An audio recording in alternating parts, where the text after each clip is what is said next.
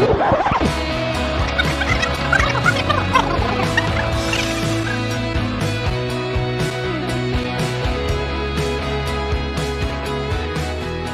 y'all wear your leather? I hope you wore your leather, because I did. I'm kidding, I didn't. I don't have any leather. I got nothing leather to wear. I don't even have a motorbike or a motorcycle. But we're going to be heading to Sturgis tonight. 1997 WCW Road Wild. I don't know anything about this show because I hated these Hog Wild, Road Wild pay-per-views that they did, that We Are Pro Wrestling so perfectly describes as the yearly excuse for Eric Bischoff to take his little motorbike to Sturgis and to the big rally there. And they did this, how many of these did they do? 4? I think they did them until 99. I think 96 was Hog Wild, and then I think there was a trademark issue with the name. Changed it to Road Wild, and they did it in 97, 98, 99, I believe. And I don't really remember these shows at all, except for maybe the first one, when Hogan, I believe, won the title from the Giant. That was when they spray painted it.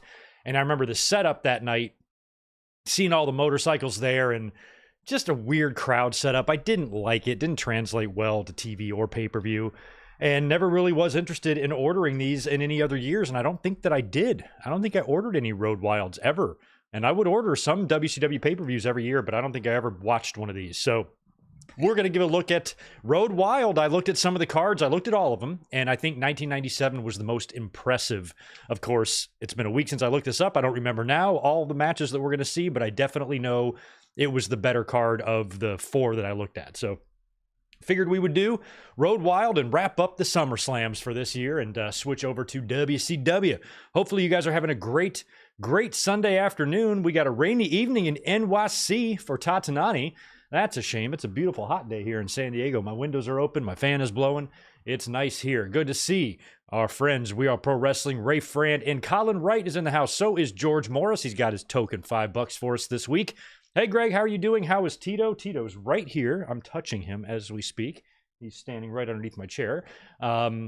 97 Road Wild, you've got 10 out of 10. I never really can figure out your rankings sometimes, George, or your ratings, but that's great. It sounds like Strudel just got over a virus and is feeling better, but I was worried. It's always scary when your fur babies are sick. I'm glad to hear that Strudel is doing well. George, thank you, as always, for being here. Good to see Mike Rouse. We got Rodrigo in here. We got Gilbert, Christian Roulette, Brandon McNeil. Good to see you, my friend. Angie Law. Good to see you as well. Daniel Barry Sports, Victor Cologne. Ray, I think I got you. Doug Unfunny, Jose, Serge. Right on. Hopefully you guys are having a great one. So y'all know what to do. Head over to Peacock. You want to find Road Wild, but you want Season 1. So Hog Wild must be under a different tab on Peacock, because here it's got Road Wild 97 as episode 1 of the Road Wilds. Runtime, according to Peacock, 2 hours, 45 minutes, and 25 seconds. 2:45:25 is the runtime according to Peacock. So once you get all of your stuff pulled up, we will hit play together. Timer right below my face. We'll start to run and just sync up your Peacock with our timer. You should be able to follow along just fine. As usual on Sundays, I have disabled the ads for this video, so this is a commercial-free stream here for you guys, at least on YouTube's end, but you might deal with some advertisements on Peacock depending on what kind of subscription you have. So that is the deal as always here on this Sunday, and I hope you guys are having a great one. I don't even think I've taken a sip of my frosty beverage. It has been a weekend. Man, oh man, I almost felt like I was 70% for the podcast yesterday. I was fried. My brain's fried. It's been a long week, so I apologize if I didn't come off great or something. I think it was fine yesterday, but I didn't feel as, dialed in as I normally am because my brain has just been pretty fried from work, but that's the season. It's summertime. It's busy. And it's almost over. Sooner or later, it'll be Labor Day. It'll be chillier temperatures. It'll be pumpkin-flavored shit and football on the TV. And I ain't going to lie, I'm ready for it. Cheers to you. Happy Sunday. On this hot August afternoon. All right. Well, let me get my ducks in a row here. What did you just say? Colin Wright, your version is 2:45:05. Okay, you are, where are you again? GMT. I forgot where you are from. Are you over in the UK, I believe, right? Yeah, the Peacock over there, or the network, or whatever platform you're using could be different. Could be different, but hopefully, for the most part, you'll be able to follow along as best as possible.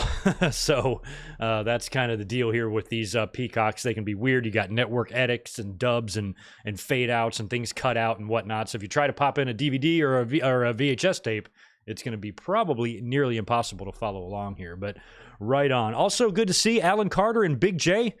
Nice to see you. Thanks for being here, everyone. I am ready to get cracking here on WCW Road Wild. So let me get my timer and my play button fingers all locked and loaded, and I'm ready to go as if you guys are. Oh, Scotland, that's right. I knew you were from there, Colin, because you've mentioned that before.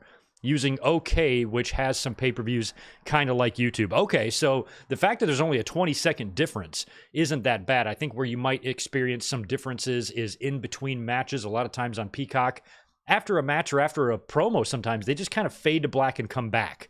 And I don't know if that's because people with lower tiers have to watch an ad during that part or what, but I think those are the parts of the show to where it could throw you off a few seconds watching us. But let us know, Colin, how it goes. Brandon Barnes, MH Nova, good to see you too. I'm so glad y'all are here. Okay, we're going to do a countdown from 3, 2, 1, play, and we're all going to hit play together. And I am ready if y'all are. All right, here we go. Just making sure I'm synced and lined up here. Okay, I'm ready to rock. Here we go. 3, 2, 1, play. All right. Oh, I nailed that. That's one of the most perfect ones I've ever done. Oh, no. We get one of these great WCW video packages that they're just so good at. Top tier production values in that company, I'll tell you.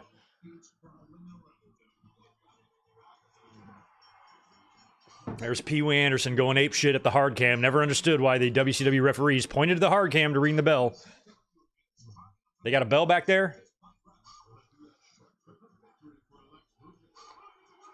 Oh, yeah. He just won the title, right? And he drops it back to Hogan here, I think, right? Ha. So that means Hogan won the title at the first 2 Road Wilds? Horse shit.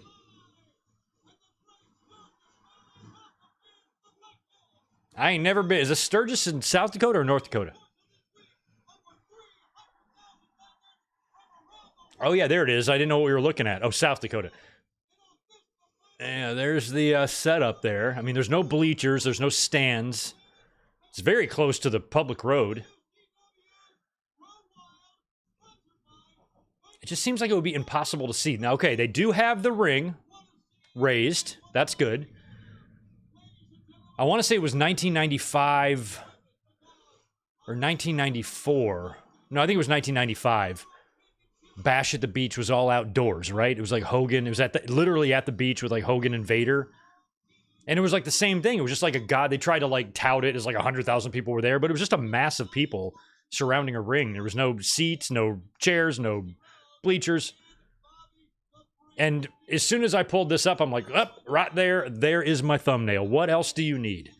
Dusty in a sleeveless collared shirt. Tony Schiavone in a jean vest. And Bobby, I'm not sure what he's going on. One of his old Bobby Heenan jackets. And a WCW hat.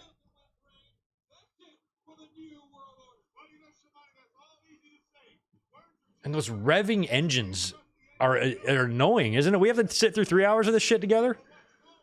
Vroom, vroom. Vroom, vroom. I can't even hear what Bobby's saying.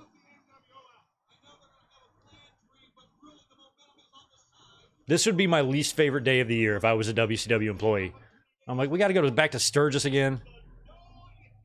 Do we have to?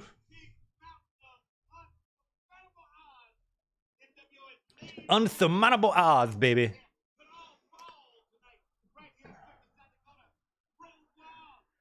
I like the nice green hills behind him. It's very nice.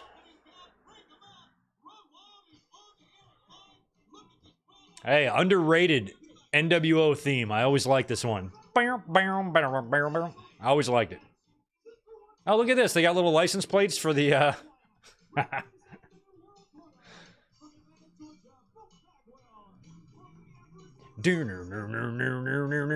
So this is probably, what, Mountain Time?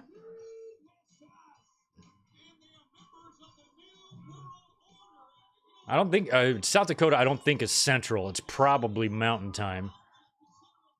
So this is an odd start time for the show. Oh, who's she? Hi, Gold Bikini. I can already tell by the wide shot that Nick Patrick is the referee because you could spot that mullet from the International Space Station. Oh yeah, Vicious and Delicious. Which one's vicious? Probably Norton. I don't know. Norton might be delicious to some. Angie, what'd you think? Is Scott Norton delicious?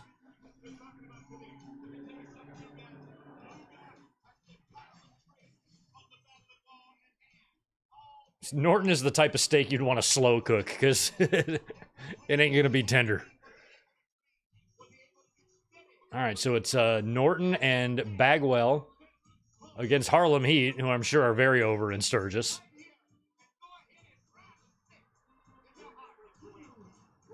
Bro, is the entrance really dirt? They just walking out in gravel? Wrestling boots don't have tread on them. But if they did, I'd be worried about a pebble or something getting in there and then landing in the ring. They'd take a body slam on a fucking rock.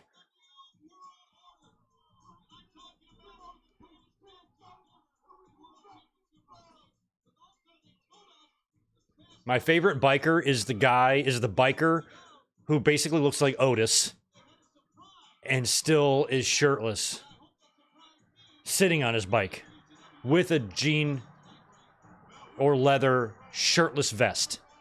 That's my favorite guy.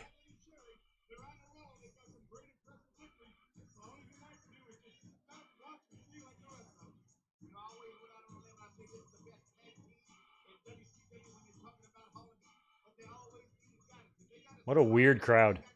I love the dirt entrance, though.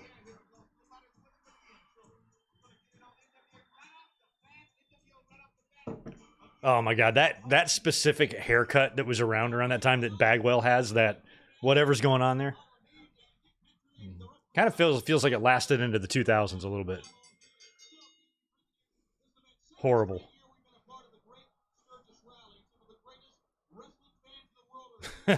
Kind of. Yeah, I'm sure a lot of wrestlers have buried the Sturgis crowd.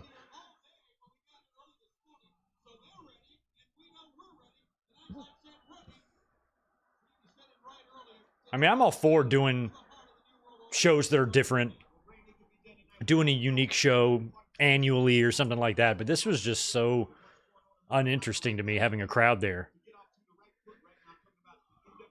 I don't know how often WWE even runs the Dakotas.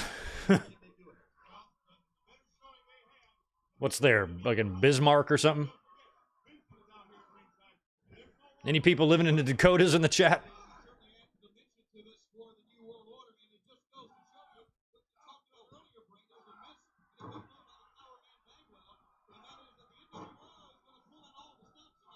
Nice.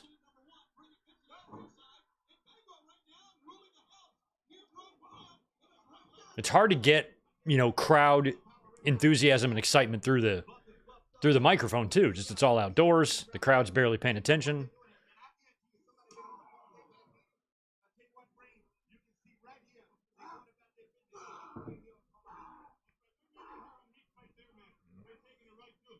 Ooh, nice.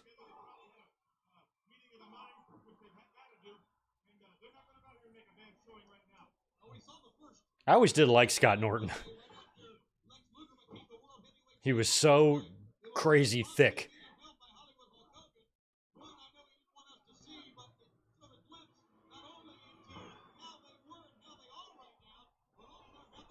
Oh yeah, Booker and Buff before their match, 4 years before their big match on Raw.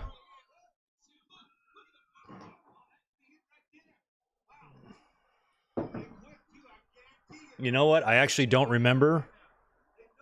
Is Scott Norton with us or no? Why do I feel like he passed away?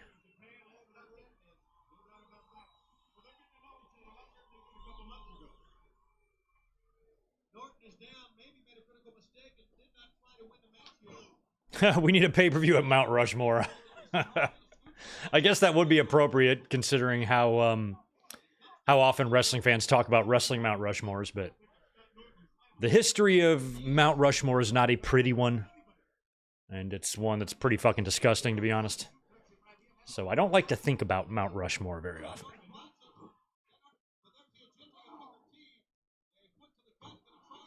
Look at that. No, jeez, I mean, that was like a Bret Hart vertical that he gave to Norton there.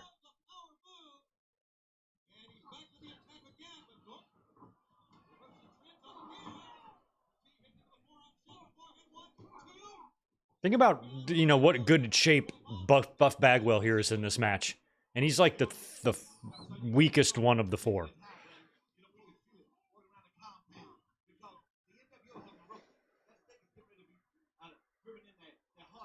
Okay, just making sure.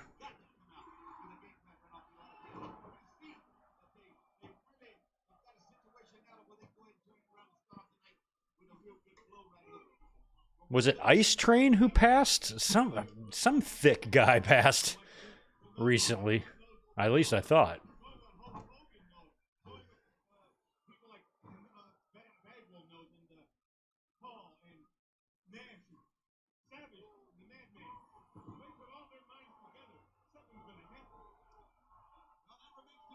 It feels like these shows would be free, but I also feel like there's probably some sort of general admission for maybe the closer areas. I'm not really sure, but I don't think WCW was doing a ton of ticket sales for this thing.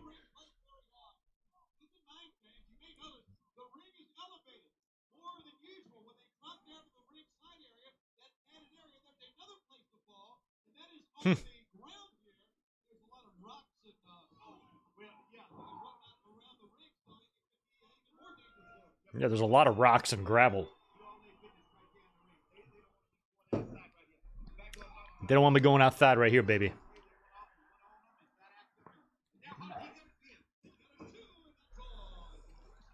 Big satellite dish in the background there.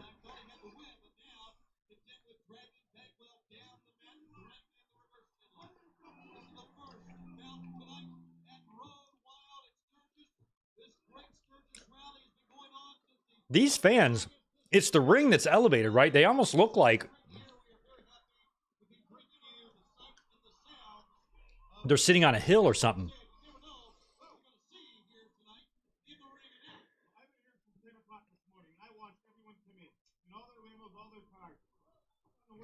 Oh, maybe not. They look like they're more flat on the ground. I can't tell. I can't tell what kind of setup they got here.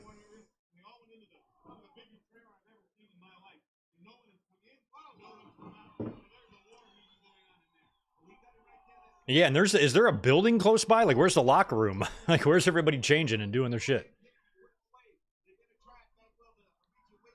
Okay, so it was Ice Train who I'm thinking of, not Norton.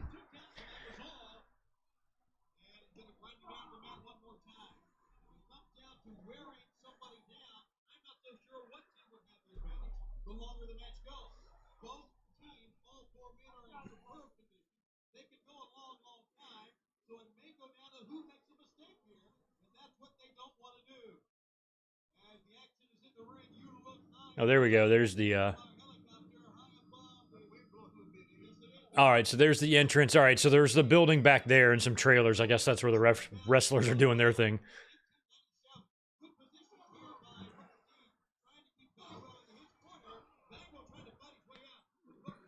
What was the date on this show here? It was August 9th. So this was 1 week after SummerSlam. This is 1 week after Bret Hart won the title from Undertaker. But actually, I think this was a Saturday. The date on this show is August 9th. SummerSlam was August 3rd. So that means this was a Saturday show. Is that what they were doing? I guess so, huh? Maybe Saturday fit into the Bacher schedule a little easier. Because they do all their raping on Sundays, you know, so now they can do the wrestling on Saturdays.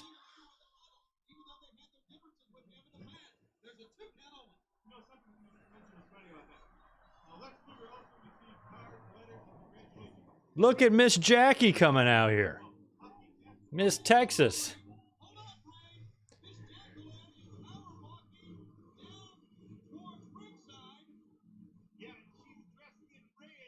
And she's dressed in red. She's got a few more months left in WCW, and then she's headed to WWE.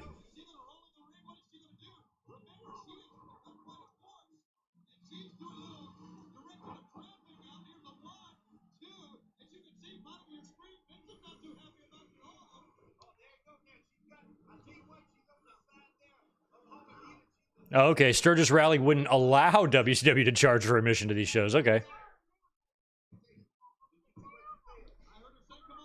Like, for all the judgment that Eric Bischoff constantly heaps on everything, especially AEW, for their business decisions and stuff, how does he explain this bullshit? Imagine if Tony Khan just held a show in a fucking field and didn't charge any admission. Imagine the 4-day tweeting rampage Eazy-E would go on from his peaceful existence in Wyoming, where he spends all day, every day, obsessing about other people, specifically Dave Meltzer and Tony Khan. Like, what would he say to that? It's so stupid. Were you stupid, Tony Khan?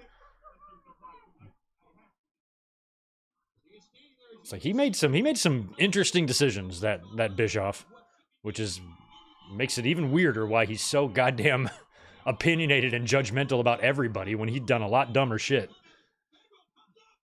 Nice powerbomb to Booker there. I'll buff your face the wrong way.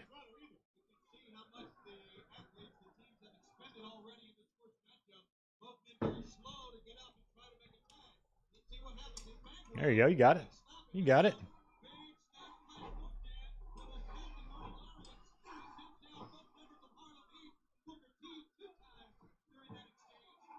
Nice.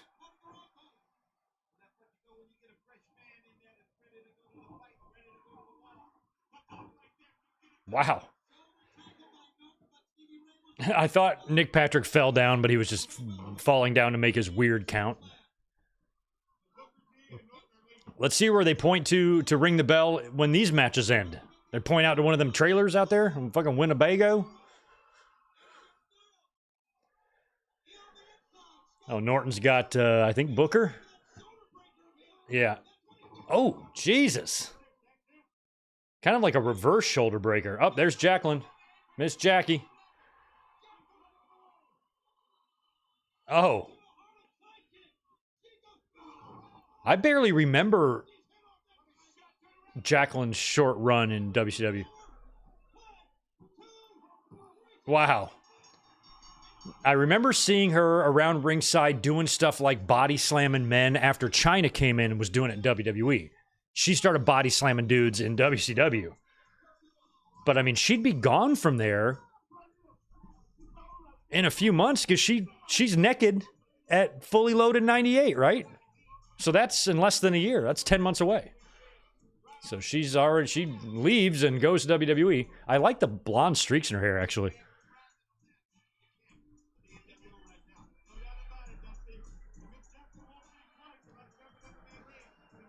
I'll never forget when she got naked at Fully Loaded and you saw her full-on titties. And my roommate, he goes, "Do you think those are fake?" I'm like, "Tell me you've never touched a real titty before without telling me you've never touched a real titty or seen one." I'm like, "Yes, they're fake. No natural titty looks like that."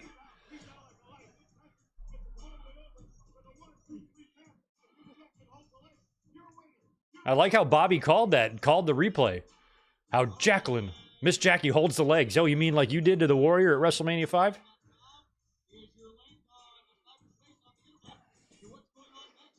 Oh, it's our link to cyberspace and the internet backstage.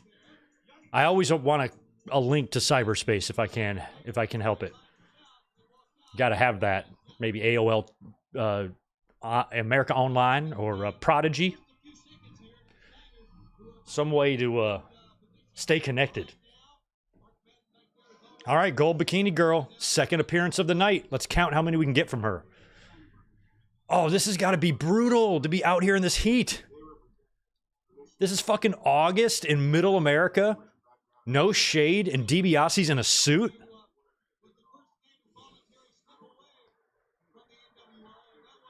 At least Steiner looks like he belongs, or Rick. Rick Steiner fits right in. He's not even dressed strangely. Perfect. Bicycle shorts might be a bit much, but Oh, 2 matches in a row with the NWO music. Oh, who's her? Who's her? Who's she?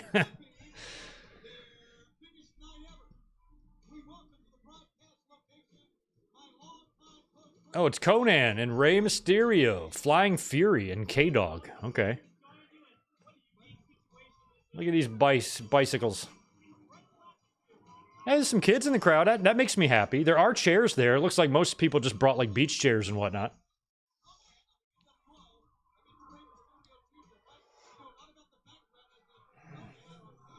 New World Order. Konnan. Pull your pants up. Your britches are showing. Oh, 3. Gold bikini. 3rd. Oh, she's got a boyfriend, though.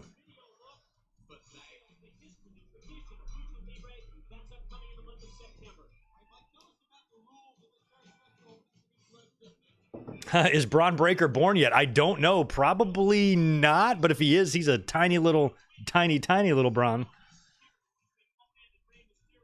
He's a breastfeeding Braun.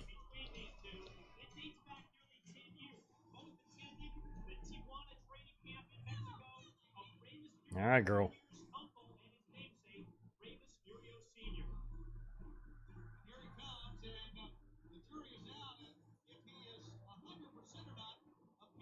Rey coming out. Look how young Rey looks.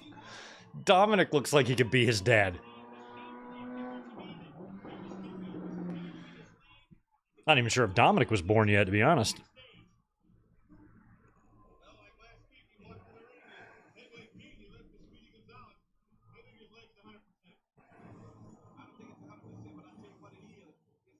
I'll tell you what it is.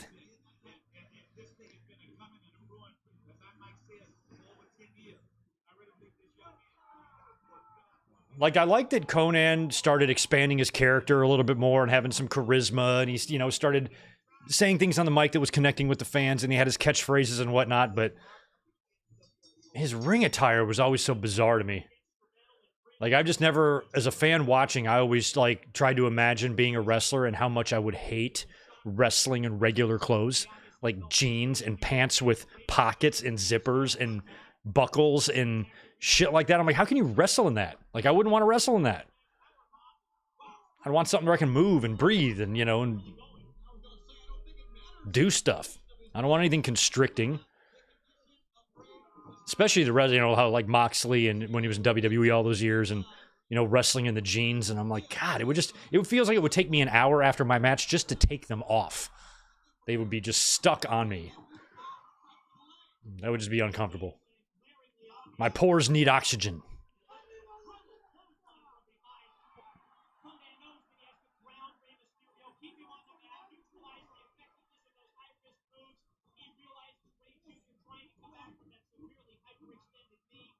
Yeah, Konnan drastically outweighs Rey here.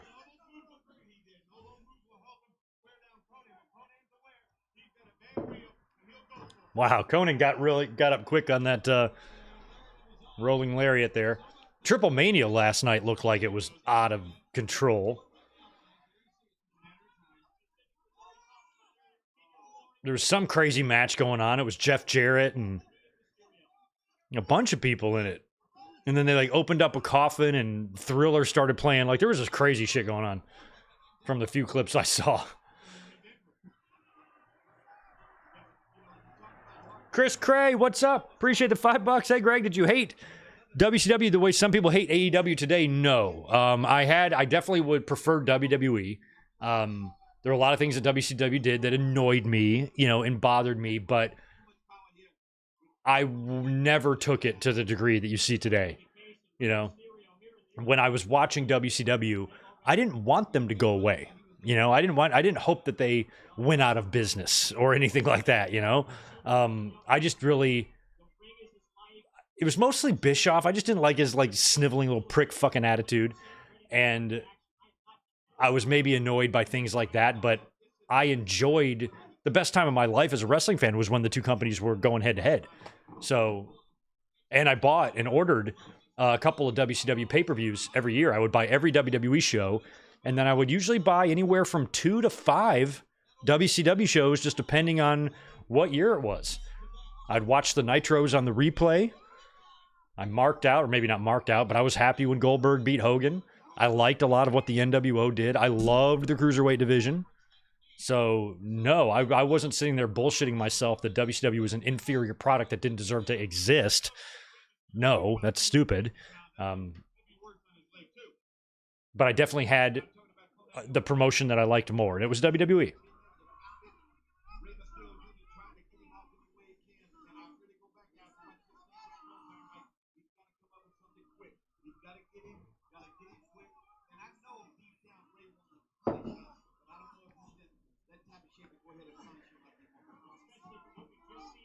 There was also aspects of WCW that I didn't like that were totally innocent and weren't based in anything tribal. I didn't like the smaller rings. I think they were maybe 18 by 18. WWE had a couple more feet. I didn't like the cable ropes. I thought they were too stiff, and it was tough to really work and really go nuts in there sometimes. Until the Cruiserweights came around and showed us that they can actually make use of those stiff ropes and those cables of doing springboards and whatnot. But prior to that, I always found the matches in WCW really boring. And I thought part of it was due to the ring. I hated the refereeing style. I never understood the pointing to the hard cam to ring the title or to ring the bell after a match. And so some of those little small things, those small differences about WCW, some of the small differences I liked and some of it I didn't. I thought they had inferior production values.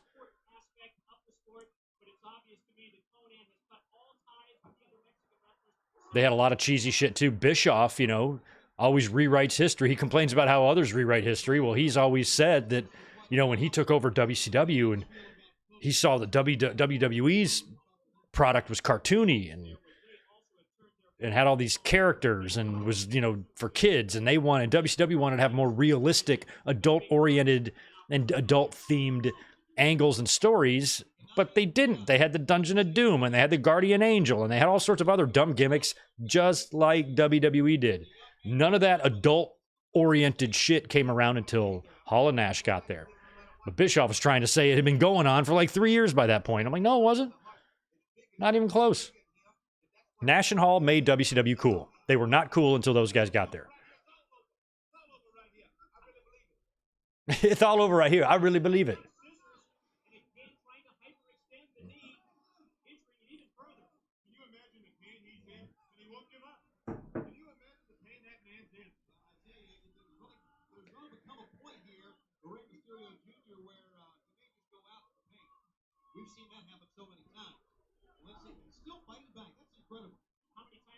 I mean, if Konnan already doesn't have the size, strength advantage here, Rey's not 100%. Oh, now he's going to take his mask off. That's nice. Jesus.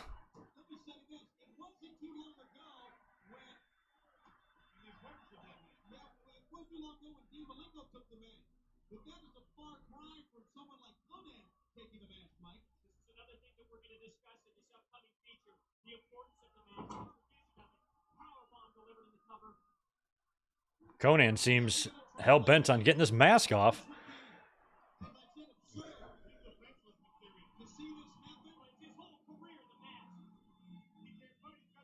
I mean, I feel like Konnan's going to succeed here. He's unlacing him.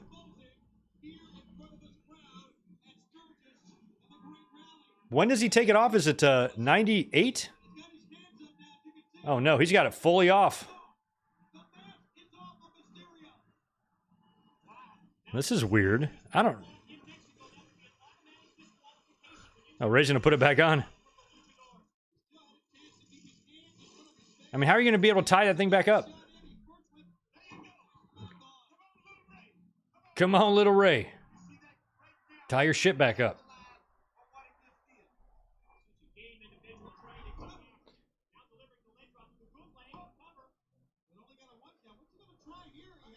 Yeah, Rey, you got to secure your mask. That thing's going to come flying off if you attempt a moonsault or something. There's no way that leg drop could have hurt. Rey weighs like 140 pounds. Whoa! Wow, what was that?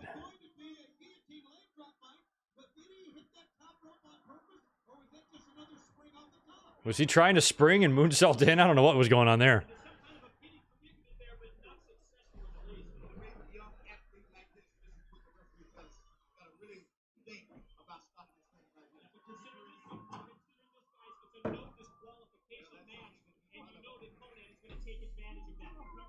Oh, wow. 7 days before this show, Austin Theory was born. Dominic was 5 months old. Brock Anderson was 7 months old. Gigi Dolan was 2 months old. And Braun Breaker was 2 months old. Or 2 months away from being born. Wow. That is crazy.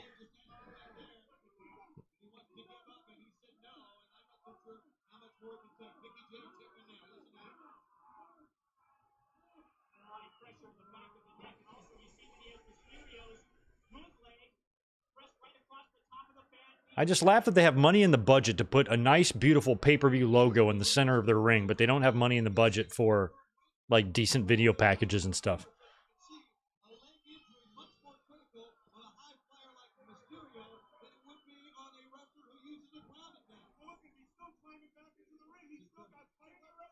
Ray's got a lot of fight in him. He's Ray. You got to tie your mask up, man. This is where the big boys play with each other.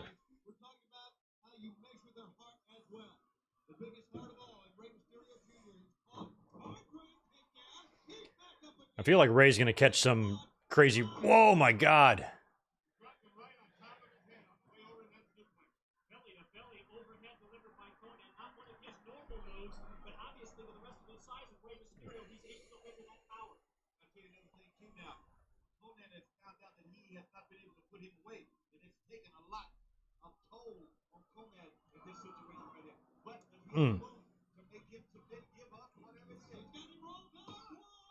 There we go. Nope. I figured Ray's going to catch a win like that here.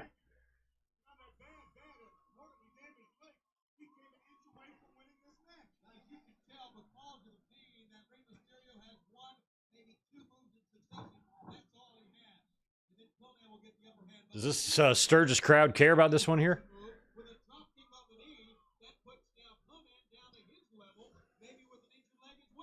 Oh, it was 99. 99 is when Ray took the mask off.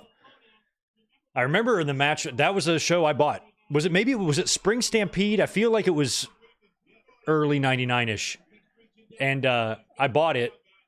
And I remember when he took the mask off, Nash going like, put it back on. It's pretty funny. But still ridiculous. Bischoff unmasked all those guys. Oh, fucking piece of shit. Then he walks around here judging others all day, every day. It's 100% of his personality now. Oh, what a DDT. Yeah, that was a spike. See, that should be over. That should be ball game. I mean, Konnan's 265? Just cover him. Cover him, hook the leg. He ain't kicking out. I love that Konnan wears skateboarding elbow pads. There it is. He's tapping. Tequila Sunrise.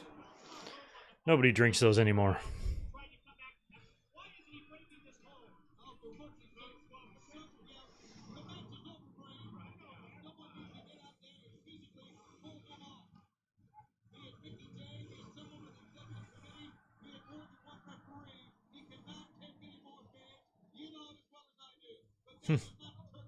Hey, Konnan is going to raise little legs.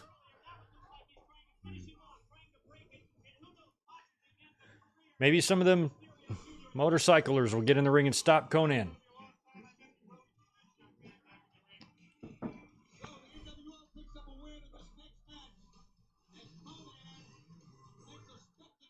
Is 1998 the year they do Leno? Doesn't Jay Leno work one of these things? That's got to be 98.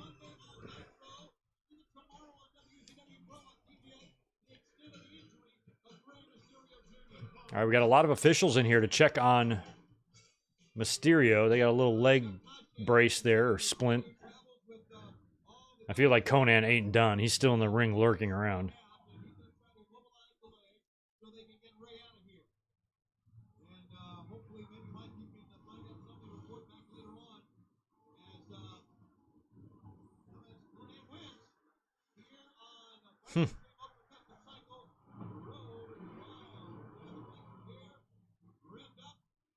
Rev up your engines. All right.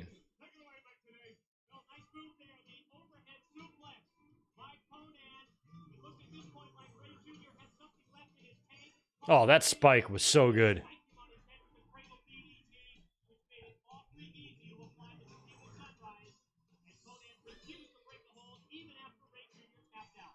Yeah, Nate, I think too, in like the previous year, it was even worse with the engine revving and stuff. This is definitely distracting, but it's not that bad.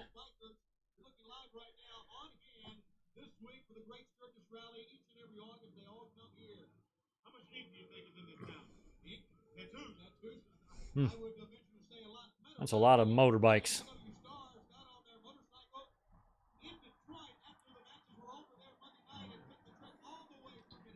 Shout out to that gas price of $1.30. That would be nice. Get that back.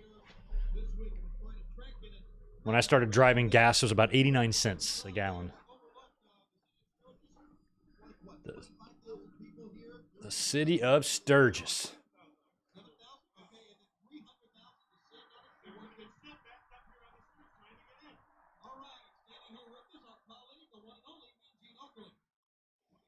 Bobby goes, they're backed up on the streets trying to get in. Meanwhile, there's an overhead shot of the streets. There's no such backup going on. Gene, what are you doing? He's got the Shawn Michaels tattoo on his gun. Look at that gun on Gene. Gene, what a badass. He probably has a tramp stamp too.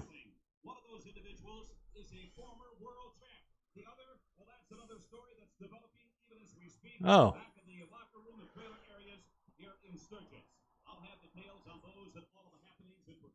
The locker room and trailer areas of Sturgis. We got them back there in that them trailer areas. We're talking about it on the hotline. Get your parents' permission. I'm not asking my mom shit, Gene. I'm calling without my mom's permission. My mom can suck it. It's like, I'm calling in the hotline, Mom. Too bad. What's going on your phone bill?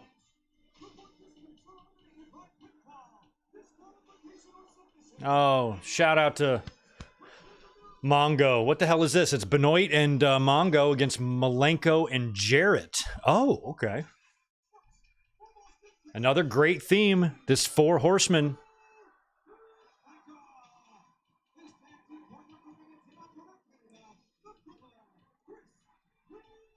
I love the Horseman theme.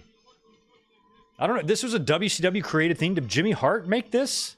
We Are Pro Wrestling. Where'd this Four Horsemen theme come from? Who composed it? Hey, gold bikini, fourth time. Oh my God, they're carrying Rey away behind down the gravel road. You can't even make this shit up behind McMichael. There are a lot of videos right now of McMichael in his current state. And it's not pretty. He's confined to a bed. He was inducted into the Pro Football Hall of Fame, I believe, a couple weeks ago, and they did the ceremony right there in his hospital room. A lot of his teammates there, which was cool. But he really looks like he's on his last days there. It's a shame.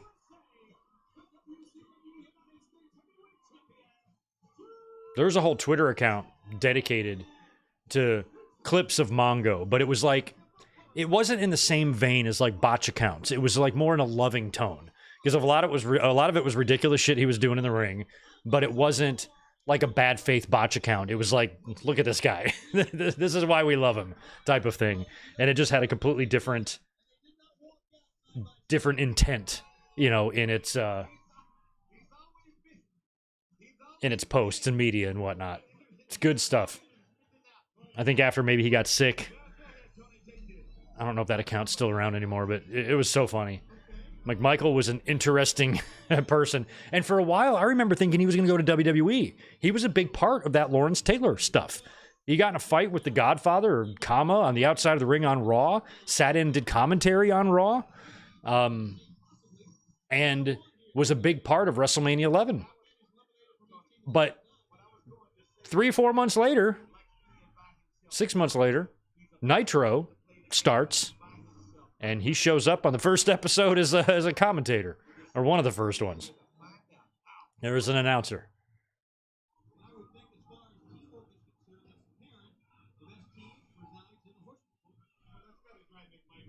It's like WWE started all that football shit with LT, but WCW finished it. They used McMichael. They brought in Reggie White, I think, at some point. Kevin Green was in. Who else? Not to mention Rodman and Malone.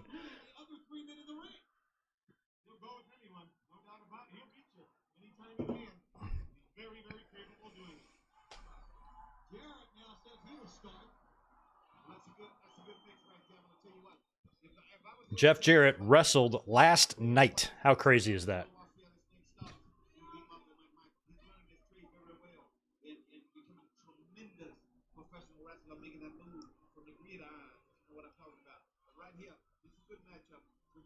All right, Chris Benoit and Jeff Jarrett.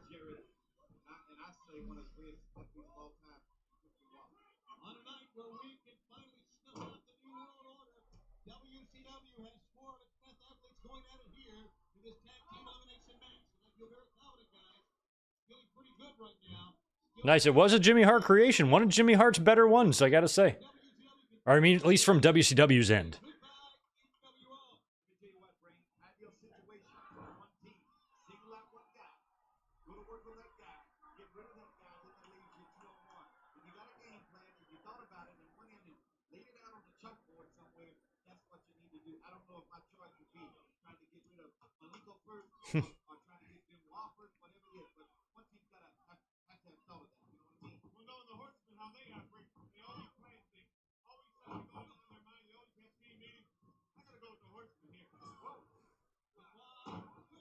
Yeah, what's Malenko and Jarrett's deal? Didn't Jarrett want to be a Horseman at some point? And Malenko was one.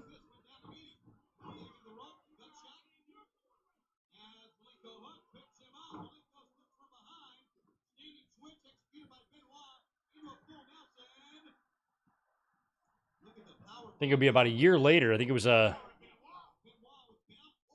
a year later in '98 was when Flair came back and they reunited the Horsemen. That Greenville, South Carolina show.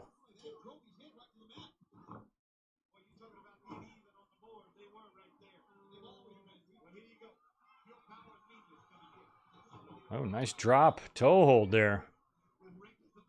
With reckless abandon. I love when Dusty starts cracking himself up. You know Dusty's talking some nonsense when he makes himself laugh. I'm out of a Frosty. I'll be right back.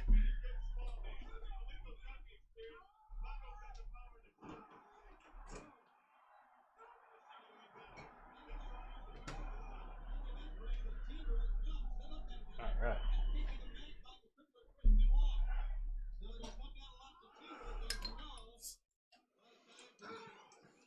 Oh, that's right. Yeah, Jarrett is on his way out. So he had already done that shit. He was trying to join the Horsemen for a while there, wasn't he, when he, in the beginning part of 97 here?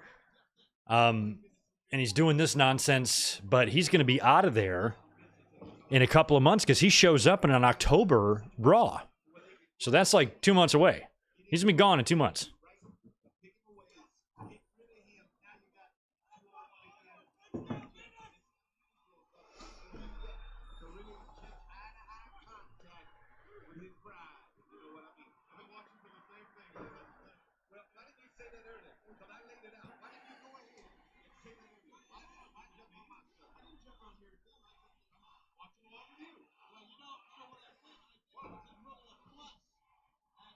Yeah, that is crazy that Jarrett's only 57 right now. Feels like he should be older.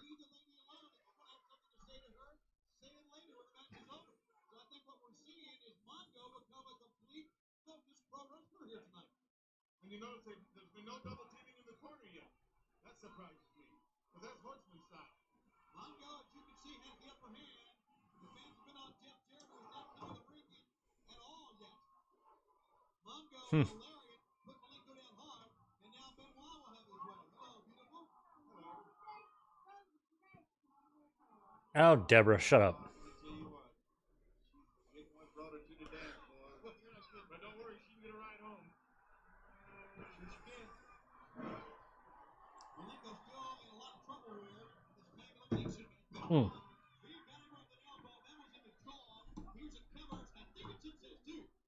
Scott Dickinson, that's his name. I'm trying to remember that ref's name. Scott Dickinson.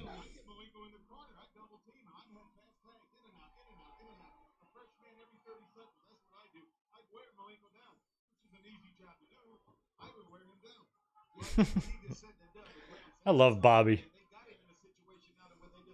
I would just wear him down. That's what I do. If you're in the ring with Dean Malenko, what you got to do is wear him down. Thank you, Bobby, for that insight. You could be a psychic. I get the feeling that you have a desire to be liked by people and you love your family. Whoa. How'd you know?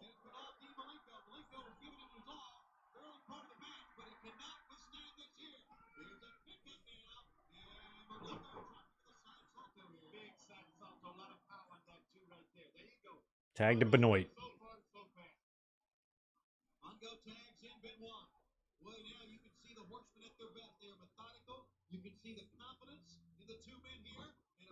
Who do you think would win a match between Mongo McMichael and Mondo Guerrero?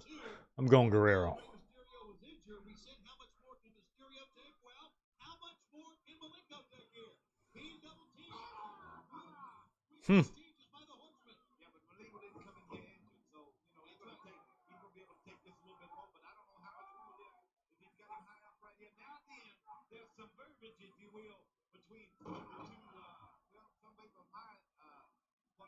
Big power slam.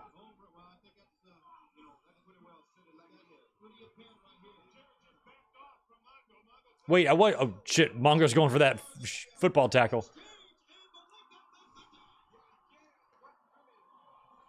Who does Jarrett lose the U.S. title to? He's U.S. champion here, right? I wasn't paying attention during the entrances. Yeah, Deborah's got the belt. He must be champion. Who does he drop it to? Maybe Mongo. Rev him up. Vroom, vroom.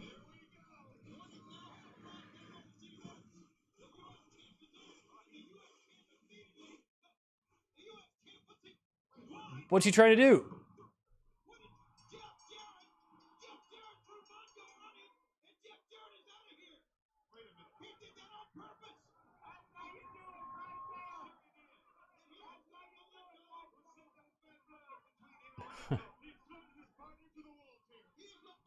No, so he just left Malenko high and dry. He got himself pinned on purpose. Did he do that just to save him his health? Since he's the champion? I don't understand what the hell. Malenko's going for the cover. What? Oh, it's an elimination. What the fuck's going on here? Oh, I didn't know. I didn't catch that this was an elimination match. I thought it was over. All right, take your U.S. title. Get out of here, Jarrett.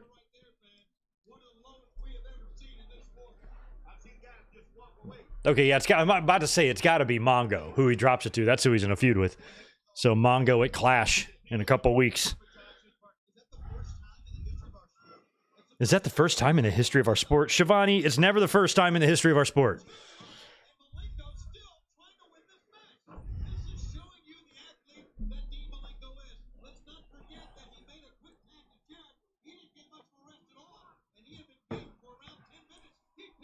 Nice.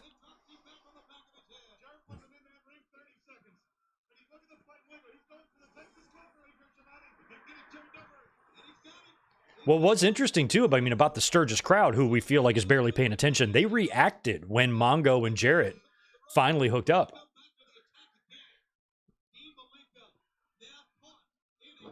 And we are just a month or so away from the debut of Goldberg.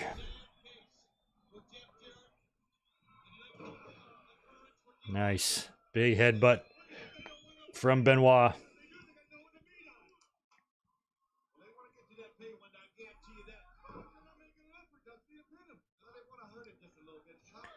They just want to hurt him a little bit. I always liked how Mongo took the time to put the tape on all of his knuckles.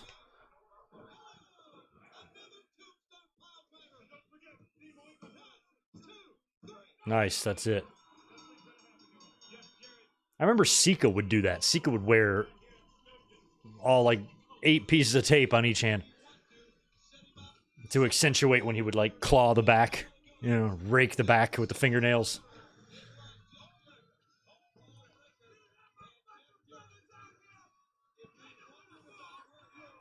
So does Deborah hook back up with McMichael?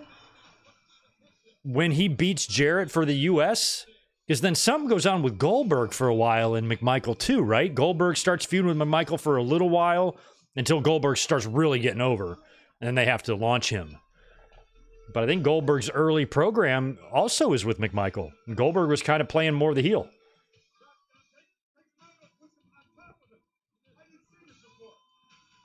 He's holding him down. His shoulders are not even down. There they go.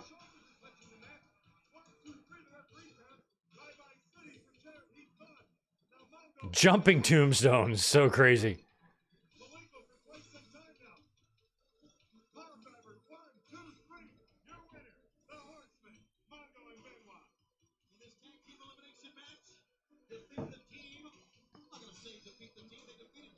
I always thought Mongo McMichael looked like kind of like Meatloaf a little bit.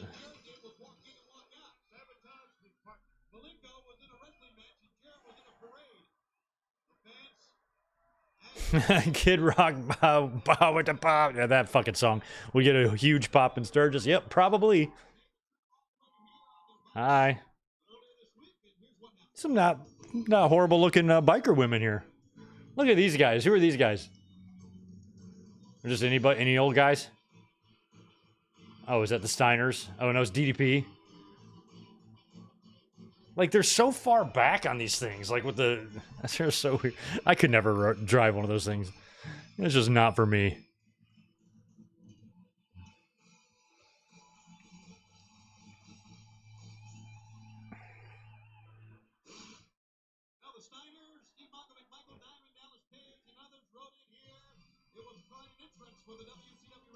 Ooh, I know this music. This is Jericho's babyface music. This must be Jericho and somebody. It's a Cruiserweight title match. Jericho and who? Let me see if... Oh, Alex Wright? Alex Wright. Which one's the champ? Alex Wright? Okay. Oh my god, they're gonna destroy... Like, what is Sturgis gonna make of Das Wonder Dork? Especially if he dances and he's oily? We might have a hate crime on our hands here.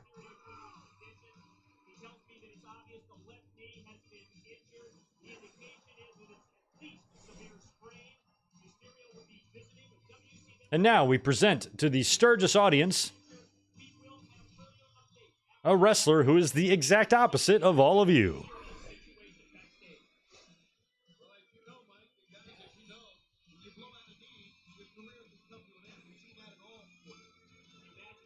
Jericho's like, oh my god, I gotta wrestle in front of these guys. Oh, the song, the music. God, he's still using it.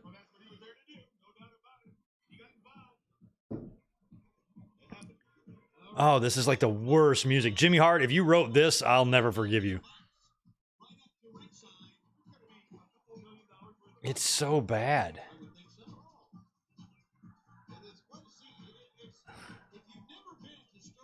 Oh, stop. It's burning my retinas out. The dance. God, are y'all watching that? Doesn't it hurt when you watch it? Hurts me. You know, if like I got a sinus infection and it hurts like right there, that's kind of like what it does. Oh, it's happening again.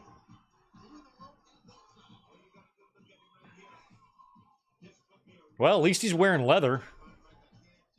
They should have came out with the sleeves chopped off and...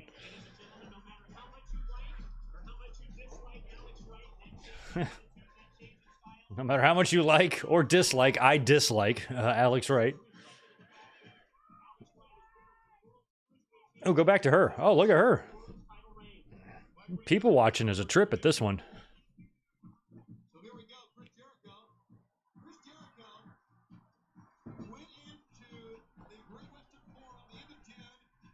I'm trying to do it in my chair.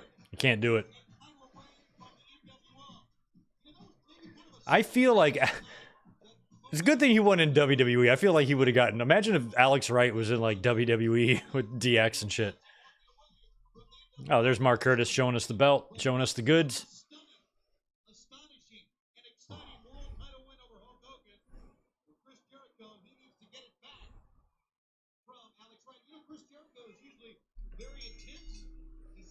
Yeah, Jericho, he is. He's like the... It's like a fire at the campground. He's intense. Yeah, I'm not even a dad, but I'm doing dad jokes. Where's Rob Van Dam? I'm looking for him. Oh, there you are. There you are, RVD. Damn near lost you for a minute there.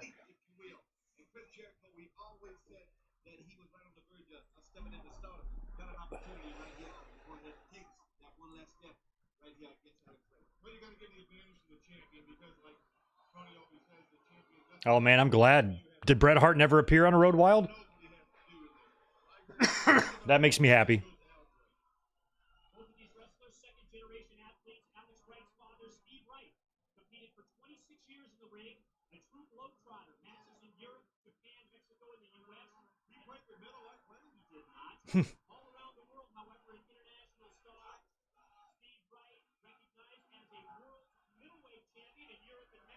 Are they chanting what I think they're chanting? This is exactly what I was worried about for Alex. There's one specific word that I thought of that the Sturgis Rally people would use most likely to describe Alex, and I think they just chanted it. So I rest my case.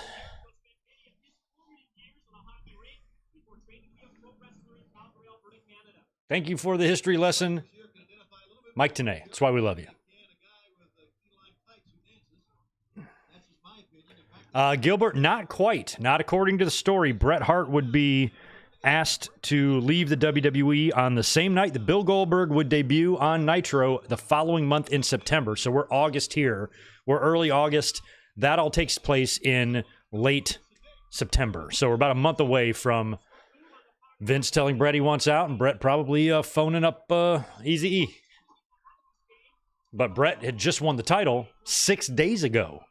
6 days prior to this event, Shawn Michaels bashed Undertaker in the face with a chair and accidentally helped Bret Hart win the title. So Bret is still in celebration mode right now, as was I as a fan. I had the Heart and Soul SummerSlam poster on my wall, the whole shebang. I wasn't even 21 yet, y'all. I was 20 when the show aired. Hell, I wasn't even 20. I was a month away from turning 20. Already living in my second apartment.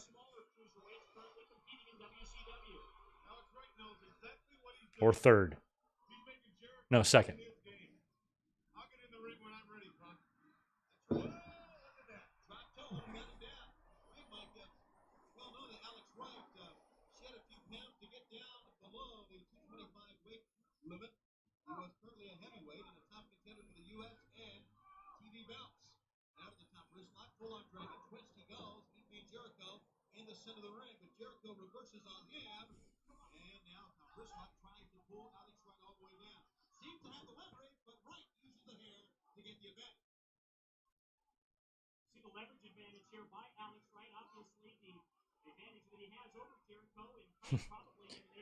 Since we're watching a bland match, I'll share with you a story. The apartment that I was living in during the time of this show, I was only 19. I was young. And my neighbors, I was a one-bedroom apartment. My neighbors across the way had, and it was a guy about my age, and he had a roommate. They had this, like, massive party. Like, crazy party. And I was inside, and I was trying to sleep, because I think I worked in the morning or something like that, and it was just like, and it was crazy. It was like probably 70 people in this one-bedroom apartment, and it's just feet away from my front door, and I hear a lot of just loud, and I don't really mind partying. I partied at the time, you know. If it was any other night, I'd go over there and have beers with them, but it was getting really, really out of hand, and I heard this, like, loud crash. I heard, like, a window break, and I was starting to get pissed, and I remember calling the police and being like, can you please go tell them to stop the party, but don't tell them it's me calling. Like, I don't want to cause a problem. Don't go over there and be like, oh, your neighbor, you know, called and complained. Just, like, try to get them to shut it down. They came, shut the party down. And then, like, a couple months passed, and I decide that I want to get a cell phone. This is probably end of the year 97 now. I want to get a cell phone.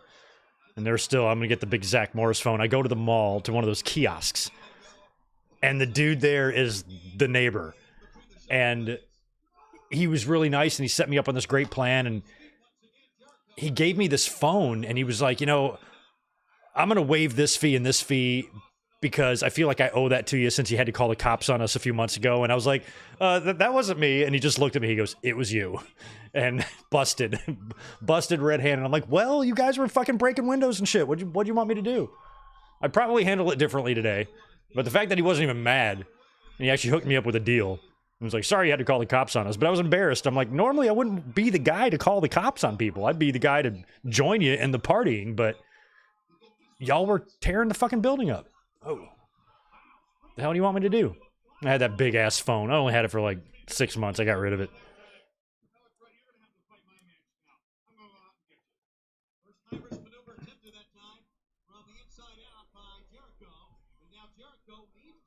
Like, I'm fucking 20 years old. What do I need a phone for? In those days.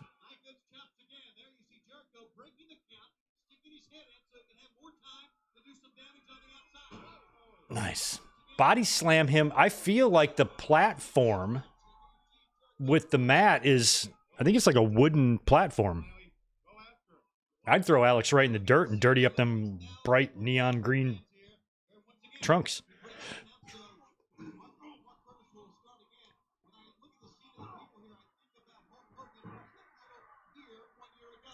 That is an interesting setup. I mean, if you take the wrong kind of spill on the outside there, I definitely feel like that wooden platform's got a little bit a little more give. It's a little bit more forgiving than just the solid concrete floor in an arena. But you could easily roll off the edge there and take a gnar dirt bump there if you're not careful. Like, look at how the mats are even hanging off the ledge. Like, there's not even like a... You could step on the end of that and completely fall off. Probably roll your ankle. Some danger. That's a dangerous ring setup there. Yeah, Dusty, please lay it out for me in layman's terms. I prefer the layman.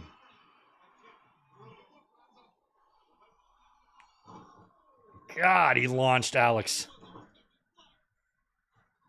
Nice. Arm drag. Look at Jericho. Look at young Jericho go. Too bad the learning tree can't move like this.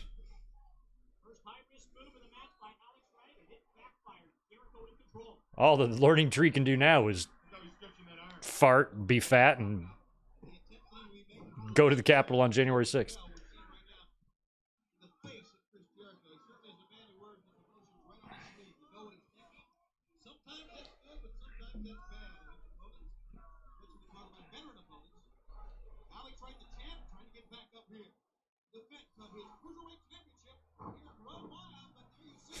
Mike Rouse, Limp Brisket just formed in 97. Brisket, that sounds good. I always joke with Elizabeth because I have found out when we started dating that back in the day she was a Limp Bizkit fan. I was not, and it's been funny. But I will give Limp Bizkit credit. My Way was perfect for WrestleMania 17, but Limp Bizkit was not for me.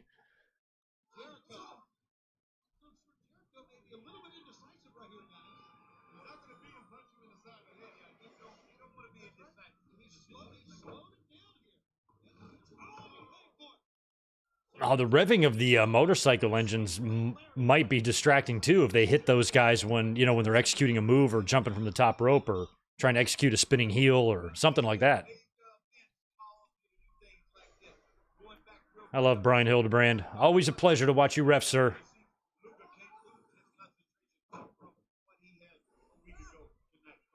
May you rest in peace.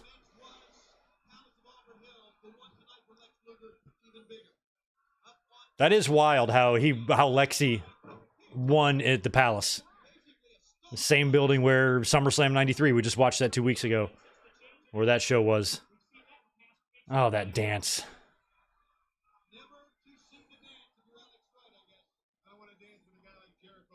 Alex Wright, your hair looks like a bicycler's helmet. The way it sticks out in the back like that.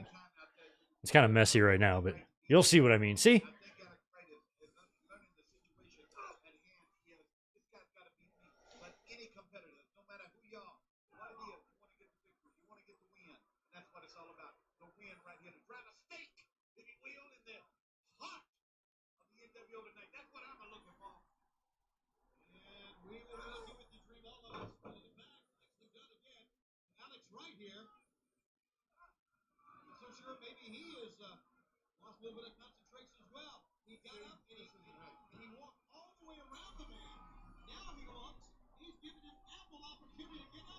Yeah, thanks for that, Alan.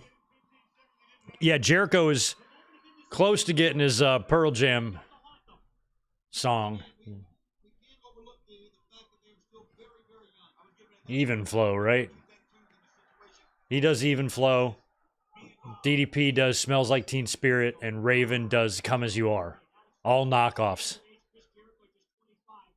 And then in like '99, when Jericho would come back, his song was like a Kid Rock knockoff, wasn't it? They love to do the knockoffs.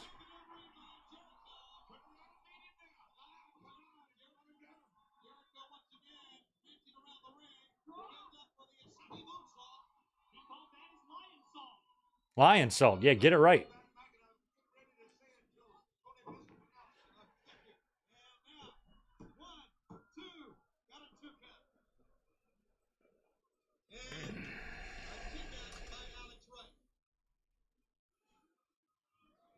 Reversal now. This has gone back and forth. There's no way to predict who's going to win this one. A mistake may give either man a win.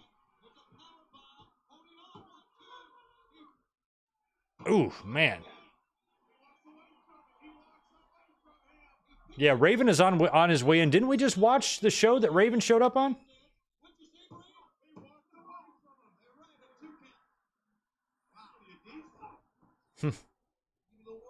What have we watched recently?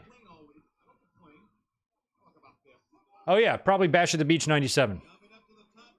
We watched Bash at the Beach 97. That is where Raven, I think, debuted.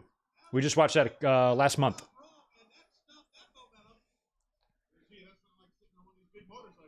So we've had a few 97 shows this year, haven't we?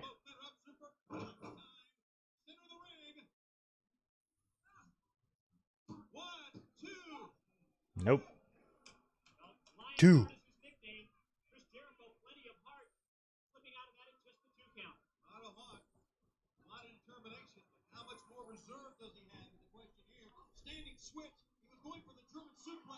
Come on, Jericho. Does he win the title here, Jericho? I'm kind of rooting for him. Hi, guys. Thanks, guys.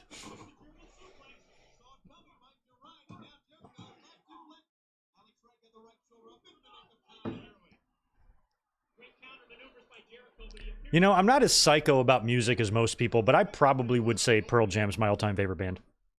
I'd probably feel comfortable saying that.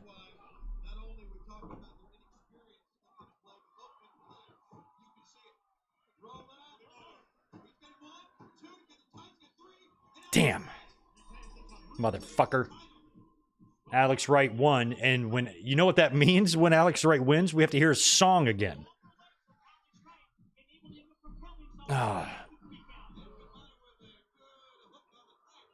You know, I put this link up 5 days ago. One of y'all could have tweeted me and be like, yo, Greg, I just want you to know that you're going to have to listen to Alex Wright's theme song twice on the show, and none of you did it. We Are Pro Wrestling, Zach, Victor, Ray, none of y'all tweeted me and warned me about this.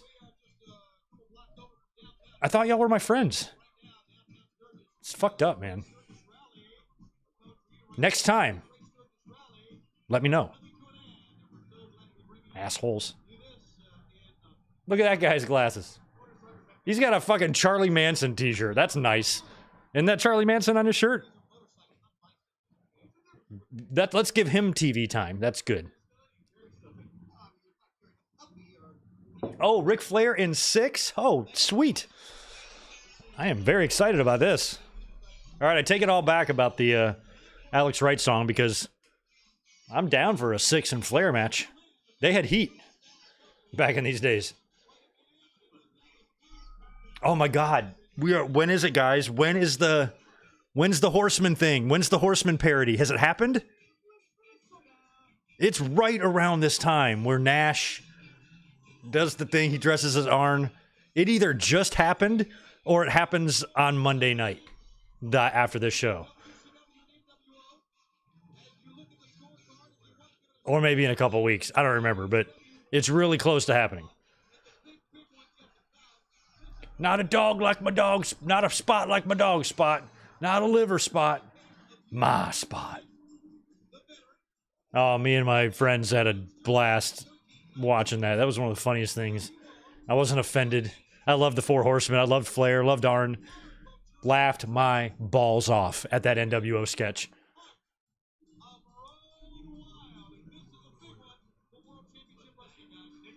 It's coming. It's a month later. Okay, so it's in September. All right. Oh yeah, that's right. Because that was all in the build to Fall Brawl. Have they done so? Does that mean they've done the Hennig thing yet, where he accepts? That's probably coming too. He'll accept first, and then. Oh, I like that. That's a good one there too.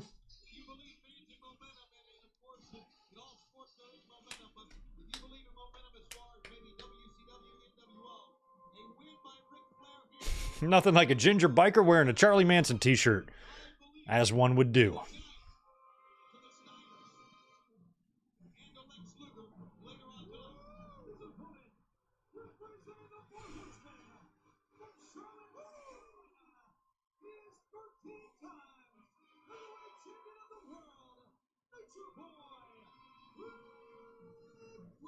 Ric Flair coming down in his flashy robe in the dirt. Bringing you back to your old territory, Crockett days. You probably came out in the dirt for at least one show. I'm sure there's a state fair you work somewhere.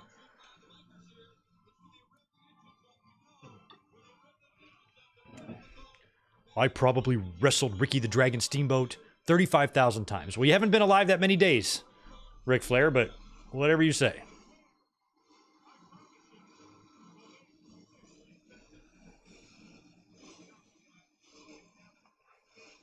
Fall Brawl 97 for a watch along. We could do that one because that one I did buy on pay-per-view. I remember purchasing it and watching it.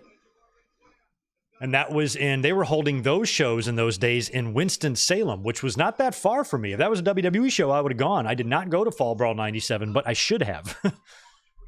They held a few of them Fall Brawls in Winston. It's where the campus of Wake Forest University is. When I was in the 7th grade, I won a science fair. Me and my friends won a science fair, did a project on the history of like locomotive trains. And we built, my friend's dad was like, could build shit. So he made this big front end of a train. It was just this huge thing. We won. And we had to go to fucking Wake Forest to show it off and drive in this van with other like schoolmates. It was one of the funnest times of my life. Like your 7th grade, you're riding with a couple girls in the van. You think they're cute and you're just having a good old time. Oh, to be a kid again.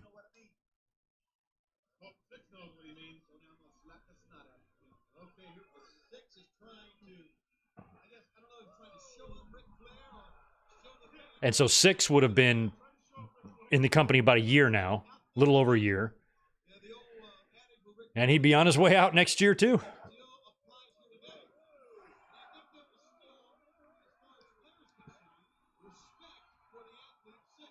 He's got Thug on his gear. Who knows the pay-per-view?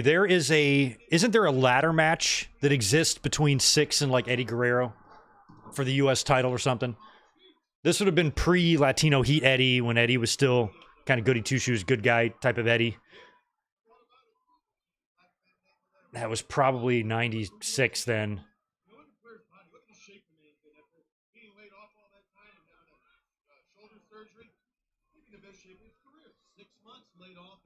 I had some friends in Winston-Salem, Chris Paul, who, and I do like Wake Forest, the team.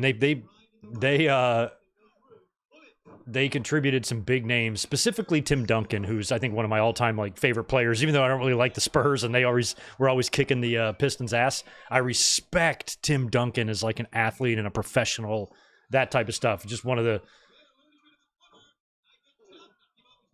their, I think, the league's most respected kind of talents, and he came from there. And Chris Paul owned a bunch of restaurants there, and some of my friends worked at Chris Paul's restaurant. But other than that, I think I've only been through Winston a couple of times. I didn't love it.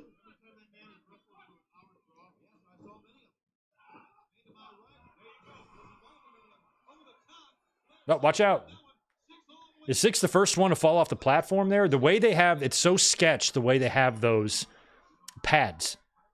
Because they're hanging off maybe inch or two off the ledge instead of being secured down. So the pad is hanging off which means you could step on that and fall down and totally blow a knee or an ankle out.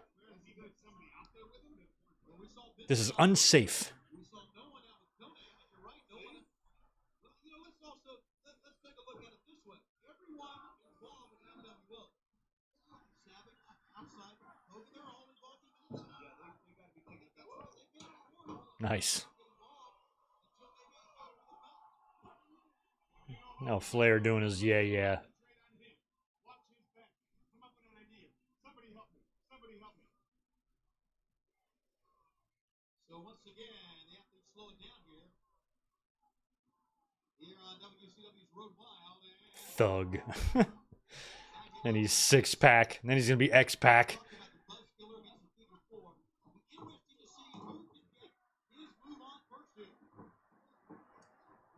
Who do you think about a tag team match between 6-pack and X-pac versus pack and 2-pack?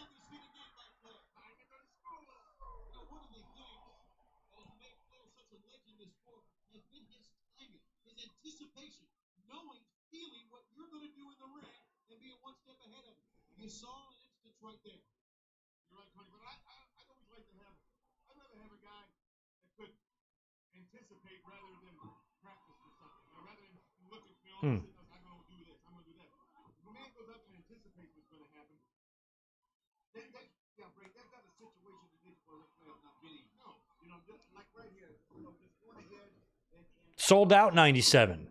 That's the ladder match. Did we watch that one? Why do I have a memory of that? So maybe it wasn't Good Guy Eddie. I was thinking Eddie was still in his, like, red and white singlet, but he probably wouldn't have been in that still by Sold Out this year. back in the corner they go.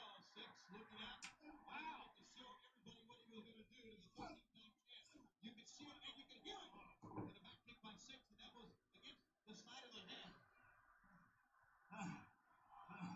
Flair, you can hear he is hurting, he is down, and he's letting Syxx get confident. He's letting Syxx get confident. I really believe that. I mean, Syxx, when you're young and brash like this, running wild and have the athletic ability he does.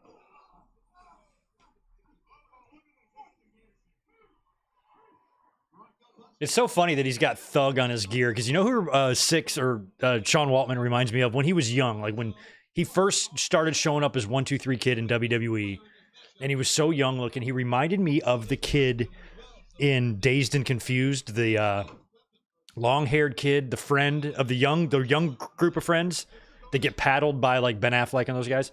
The kid that pitches in the baseball game, like that just young fucking kid. That's always who Waltman reminds me of. Is of whatever that kid's name was in Dazed and Confused. He looks like he's like 11 and he goes to the gas station to buy beer and the guy sells it to him. Oh, man. What a victory this would be for Syxx. He's a 13-time heavyweight champion. Ric Flair, you think he's topping it out? How do you think that? An hour from now. Mohammed, you apologize for being late. I'm not sure if I can accept that, man. We don't really want you here if you can't be on time. Sorry. I'm kidding. You can pop in whenever you want. Nobody's required to stay for the whole 3 hours. That's nuts. Gets a big win, and now this very important match could turn either way here for WCW or the NWO. Well, that shows you one thing, Syxx is way For you channel members out there, I've currently been working for the past 2 weeks on a document. I've been meticulously writing down a lot of notes about my entire non-YouTube, non-wrestling career and my experiences in restaurants and the jobs that I've had and what I've done and the success I've seen and the pros and the cons and the highs and the lows.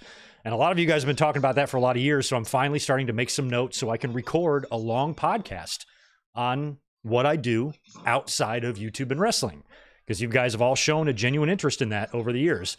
So look for that in the next couple months whenever I get down to actually recording it and taking the time to do it and do it right. And I've got stories. Be prepared for stories because you're going to be filled with them. But you got to be a channel member. That's not something I'm really going to put out for the public. It's just going to be for you guys. So keep a lookout for that. Ponder that. I'll be right back. Flair is in a lot of pain here. This may turn this match completely around. Syxx smells it. He knows the man.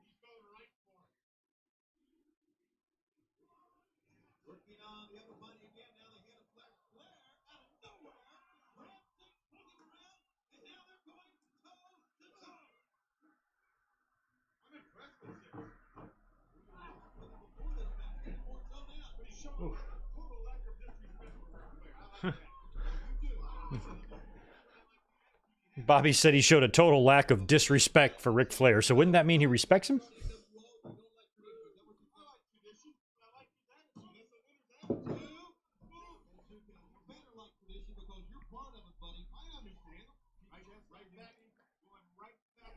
If anybody hasn't mashed that thumbs up button, if you could do that for me, I'd appreciate it, as we're watching Syxx take on Ric Flair in Sturgis, South Dakota. The sun is starting to set on a hot summer Sturgis day. It's the type of heat where the only thing that'll make you feel better is leather on your bare skin. Tito is ridiculous. I wish I could show you what he looks like right now.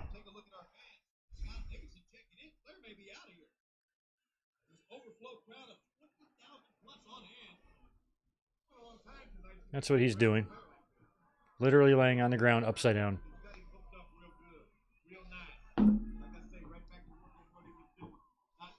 Hey, look in the background. That scissor lift looks sketch and tilted. I feel like there's a cameraman up there who might fall.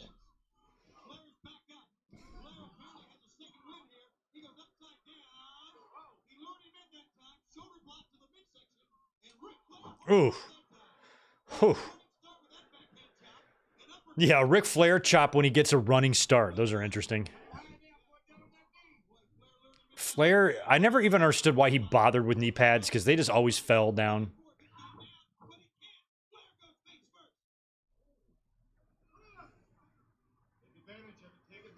I'm not even sure, Zach, if Tim Duncan is underrated. He won him some championships. He's got a fucking handful of rings, doesn't he?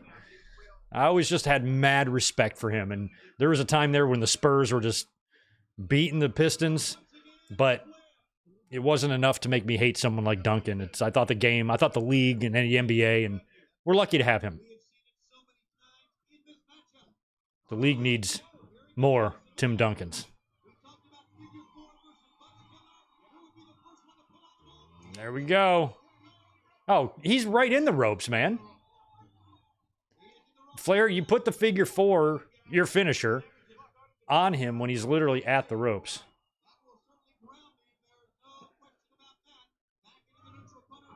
I'm a big fan of scenery and sunsets and stuff, and I really do like how the hills, I mean, the power lines are kind of ugly, but the way the green hills and trees look in the background and the sky.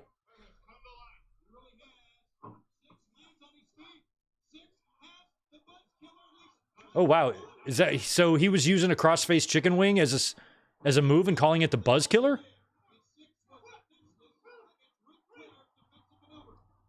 What does the back of Xbox gear say? Please tell me it doesn't say Notorious. Oh.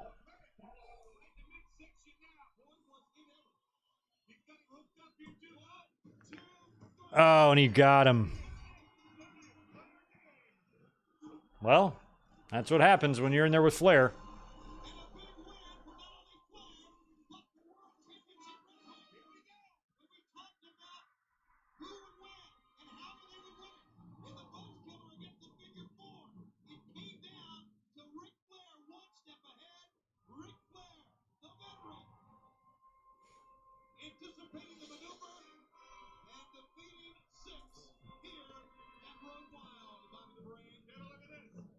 I love that. I mean, that's the way I would counter the Bronco Buster. Just stick your foot right in up his taint.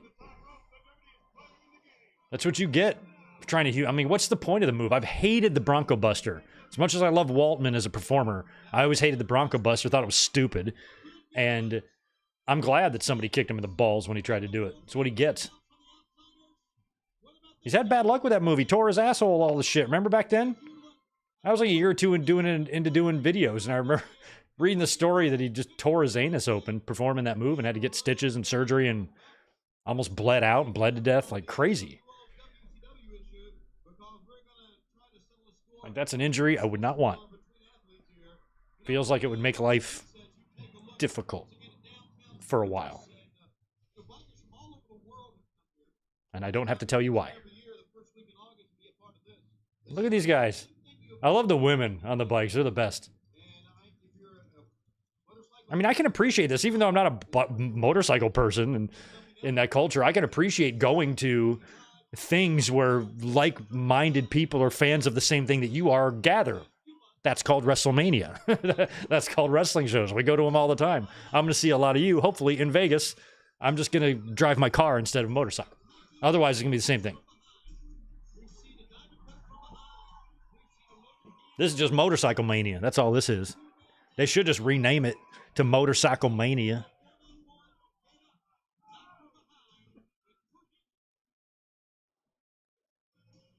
All right, another one. Oh, Kurt, Hennig, and Dallas Page. So here's another one of those weird fade-outs that's probably maybe causing problems for Colin as you're trying to follow along. Yeah, Victor, I think Fall Brawl 97 next month's a good idea. We might as well. Yeah, SmackDown's got U.S. and tag title matches on the card next week. I'm into doing Fall Brawl 97 next month. We'll do it. That'll be our third 97 WCW show we've done this year. We did Bash at the Beach, now this one, and we'll do Fall Brawl in September. We might have a WCW heavy month next month.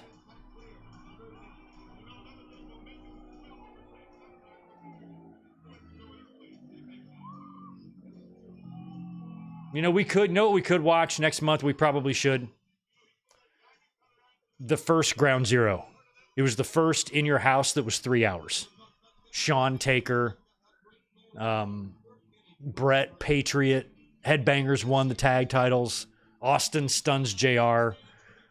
We could watch that next month.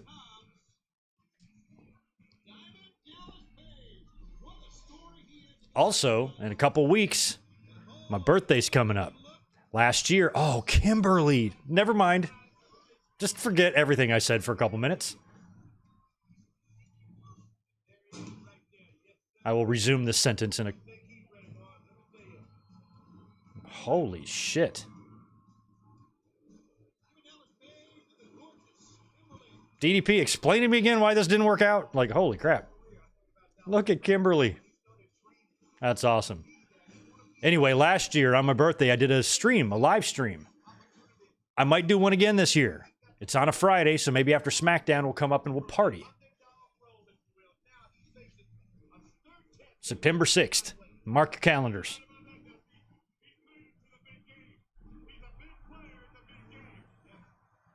I'm definitely not going to work that night. I got a big shindig with my family that Sunday, so there won't be a watch-along on September 8th. So we might do something that Friday on the 6th.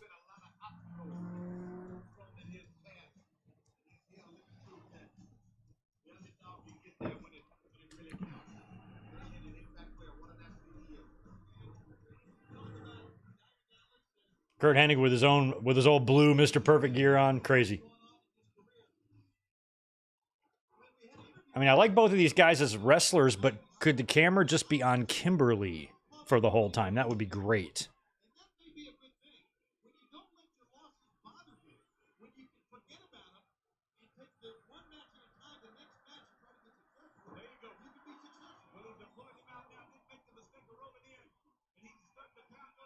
Damn.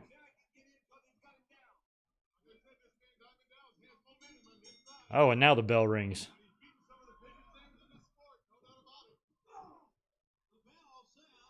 Angie, right on. Your birthday is September 7th. And ironically, I'm pretty sure that Ground Zero pay-per-view I just mentioned fell on September 7th.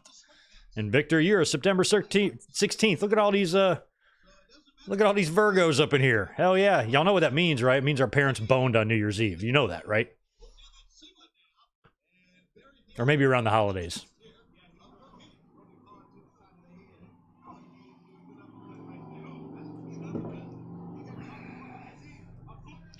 All you September birthdays, how do y'all think you were conceived? Do you think they were doing it from behind, or was it missionary? Like, what do you think? Let me know in the chat. Because those are fun things to think about when you're watching wrestling.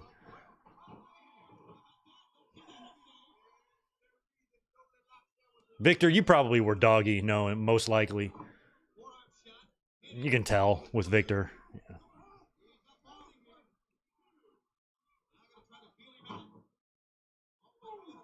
Oh, perfect. He always does the little... He tried too hard on that, though. Perfect.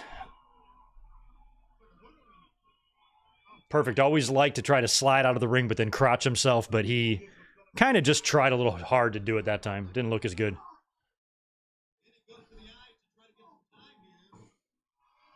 Juliet, you really don't want to know? Well, you should think about it.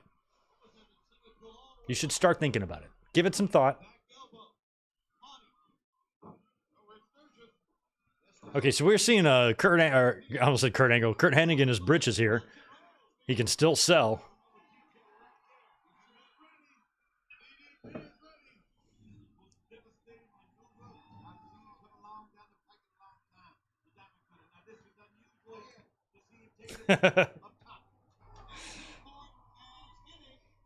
It's TVMA up in here. We don't play games on these streams. We get into all topics. Especially when we're watching a weird-ass pay-per-view from the middle of South Dakota.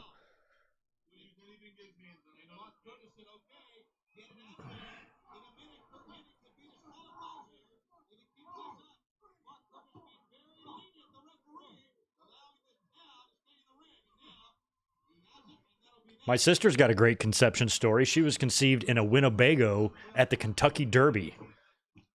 My parents went down there every year with their friends, and one thing led to another. And I really do love my sister a lot, so I'm glad that that happened.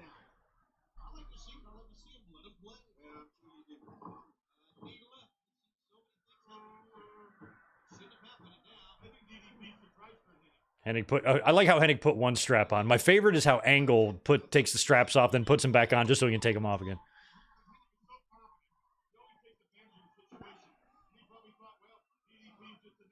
Is it just me, or does Mark Curtis have serious duty tonight? This feels like at least the third match he's reffed.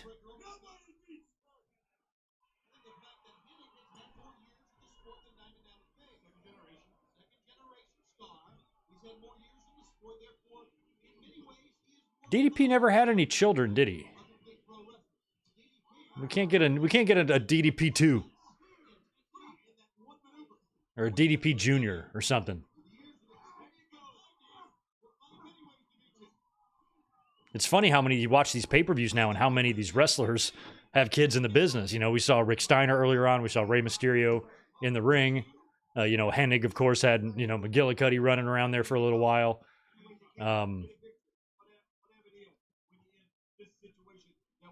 Trying to think who else. At the big rally. Oh, that's a good move.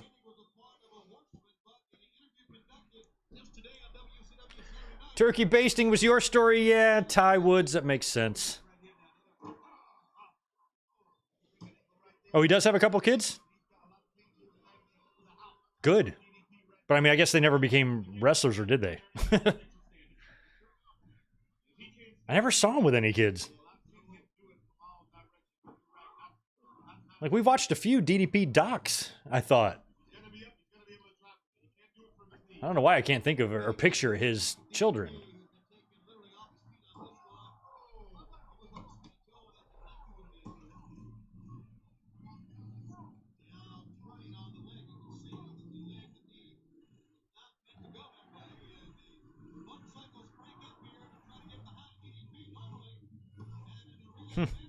Like, when you're revving the engine like that, can you accidentally put it in drive and then plow through a bunch of people? That can't happen, right? Everybody's safe out there. See some motorcycle fly in the ring from the audience.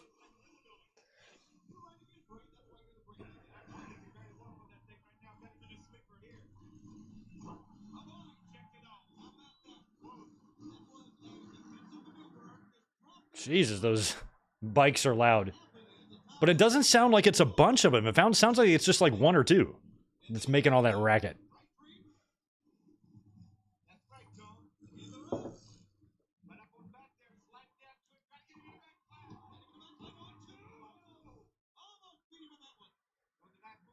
You know what's probably also about to happen right now, or is close to happening? It might be the next month also. It probably is. But The Rock is on the verge of turning heel and changing the trajectory of his life here.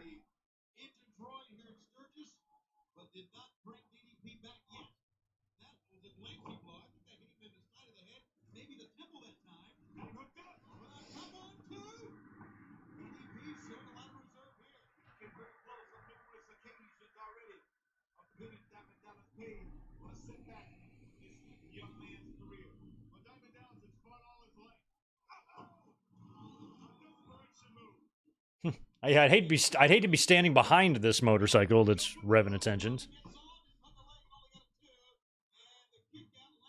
Oh no, we got kind of a little mini ref bump here.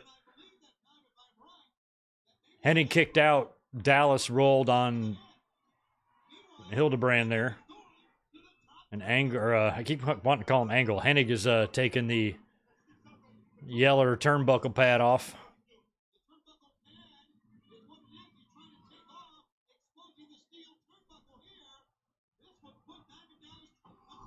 Wow, he hit him good too.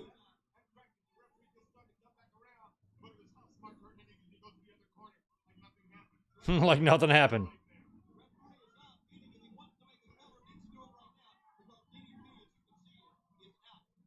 DDP sold that well. He took that buckle shot to the face.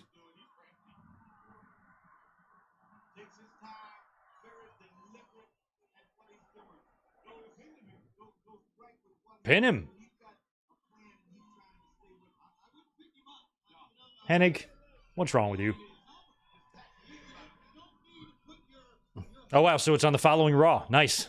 So on Raw on Monday, Rock will join the nation. Comes out in a little Tommy Hilfiger shirt or something.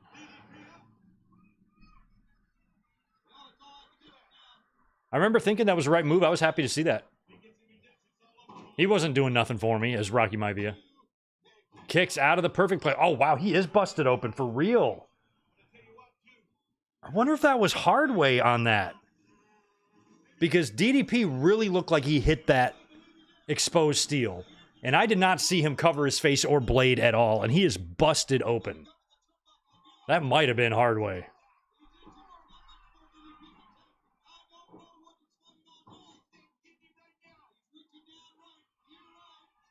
Oh, God, perfect. I hate when he tries to do shit he used to do and he can't do it as good.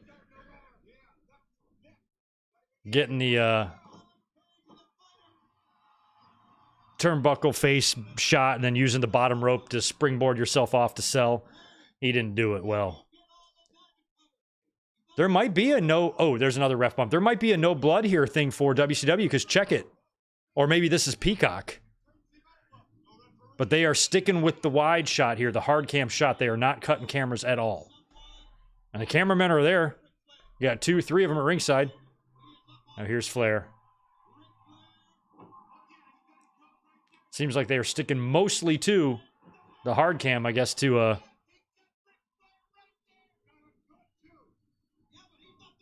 keep the blood to a minimum.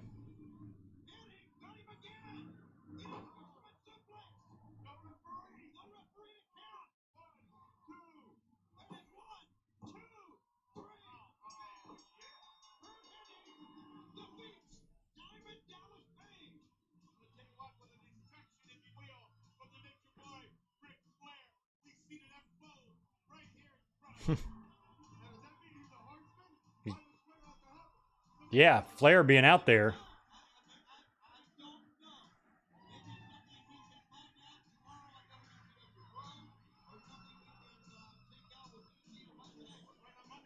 It's funny watching Hennig and Dallas almost leave together.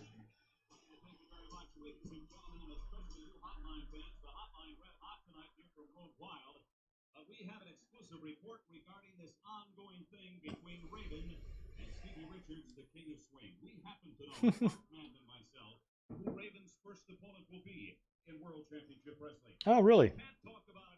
Oh, of course you can't talk about it here. Pfft, why would we do that? I'll be right back, guys.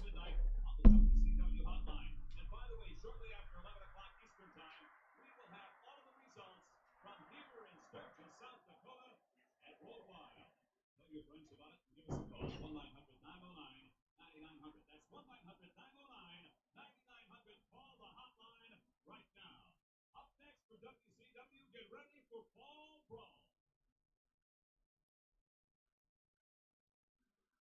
What is anger? What is rage? When we locked it up with 8 men, trapped in a 40 by 20 steel cage.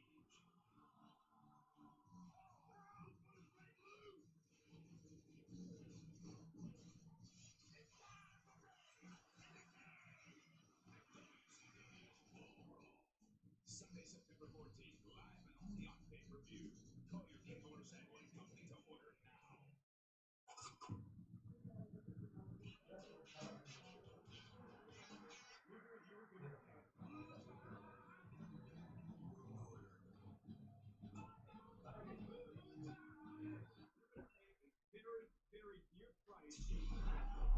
All right. Thank you, guys.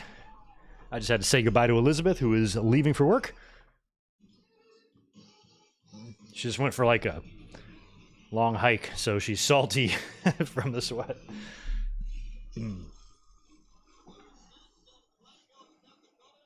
The aerial shots are the most interesting because I like to try to pick out where all the production's happening. I guess in those buildings back there.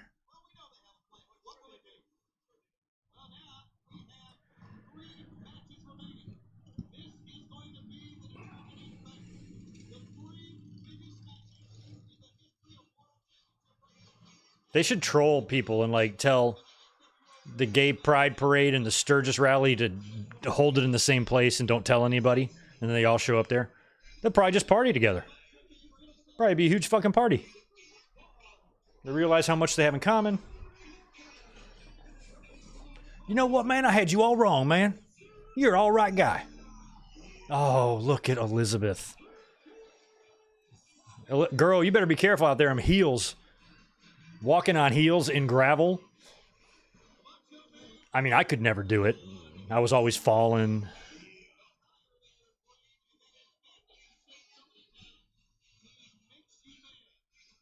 I mean, I think WCW Liz was hotter than WWE Liz. I do.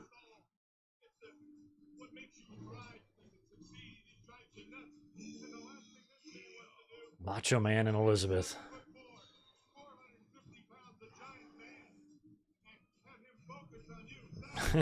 She has no equal in my mind. Like, she is absolute, bar none, number one.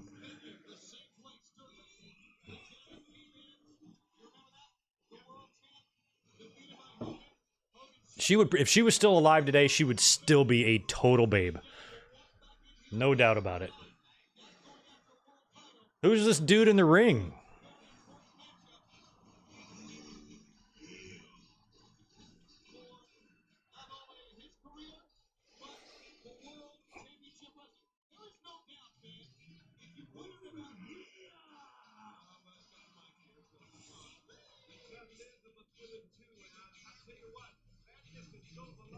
Who is the feller in the ring? Oh, is that Dave Penzer? He's just wearing a weird...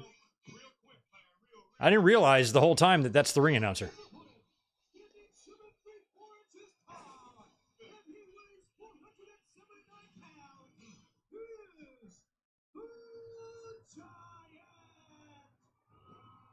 So has the Giant already joined and left the NWO?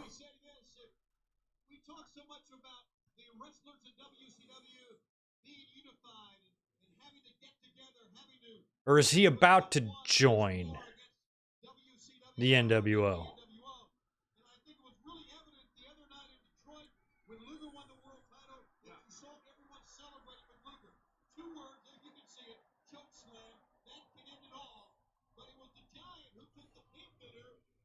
Yeah, what? Help me with my timeline here. I feel like I thought Giant joined NWO in like late 96, early 97. He definitely did. So he's already been out of the WCW by now. Okay, and then I knew he was back in there later. So that's why the NWO sucked, is because they didn't know which way was up. So that means Giant's initial run in the NWO was real quick, because he wasn't in the NWO the previous year at Hog Wild when he lost the title. And then he joined the NWO only to leave the NWO before the end of the year. God, those motorcycles are annoying. Yeah, we hear you. You can rev that engine all you want. It ain't going to add inches to your dick. Only the doctor can do that.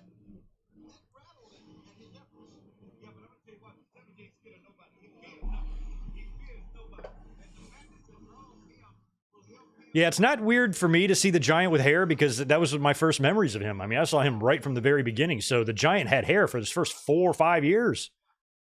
And then went bald, or shorter hair, and then fully bald. Look at Elizabeth. She does not like... Did you see the look on her face? She is not enjoying these motorcycles. Wow.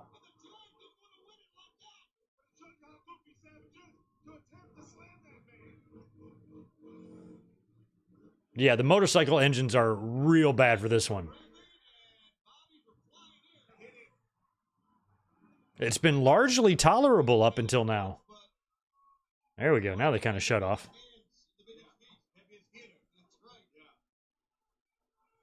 Savage is gonna know it. Savage is gonna feel what that man's all about. Oh boy. In time it was a feel, and that was a big one out of the corner. So what Johnny did a couple weeks ago to Eric Bischoff on Nitro. I think what got this guy has got. Oh, there's motorcycles back. I've never seen a man this size, period, but come in and have the ability that the Giant has. And he never really rushes himself. And I think that's very important when you're doing what needs to be done. Well, he got him now. Oh, he's exposing the back of Macho Man. Oh, I thought he was going to slap his back. He didn't do that.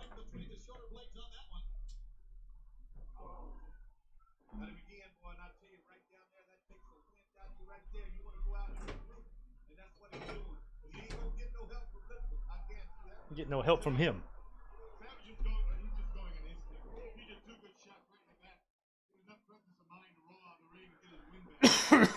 In a couple of months, that's when Savage is going to do the big cage dive that Edge would decide to do in AEW a few months back and is currently at home paying the price. Don't hide behind Liz.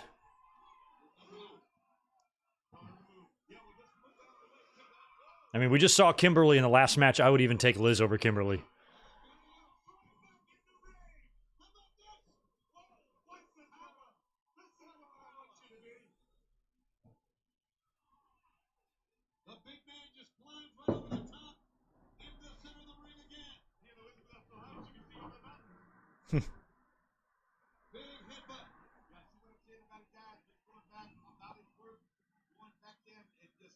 Okay, the NWO kicked him out after he refused to give up his World War III victory title shot at Hogan. Okay, that's right. So he wins World War III. All right.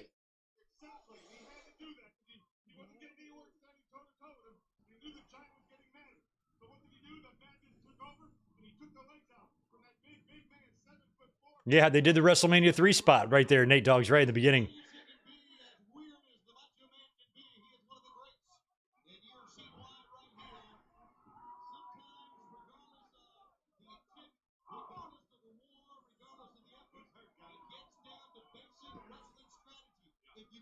I miss the old handles on the ends of ring posts. You'd see that a little bit in the WWE, like in the 80s, too.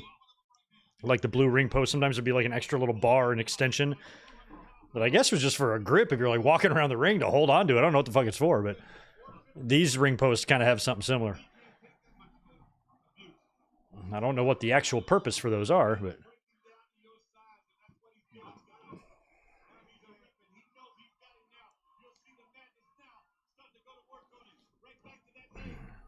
Oh man, me and Elizabeth were watching the Trish Stratus documentary on AEW, or on A&E, excuse me, on AEW, on A&E. And I couldn't help but think how her husband scored the jackpot. They are not on the same level in the 1 through 10 scale, you know what I mean? There's a vast difference. A vast discrepancy, but they've been together a long time, ever since Trish was young, and she didn't even look like herself. They stayed together. I appreciate that. She got so many cool points for me and earned so many cool points for just being a cool, down-to-earth girl who loves the person she's with, is loyal and devoted to them. And she's around a locker room of, big, muscular, handsome, sexy men, and was never once even close to tempted. Trish is awesome. Her husband is very lucky.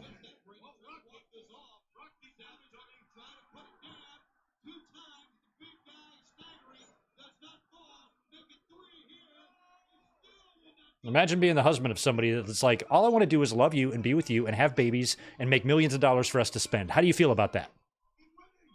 Yeah, I think I can do that. Yeah. I think I can hang out with you for a while, Trish. There's a lot left in the big man.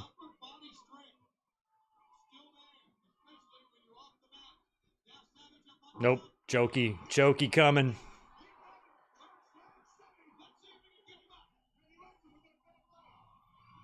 Of course. It's so tough to see Macho in this, and that's it. Done. Chokeslam for the win.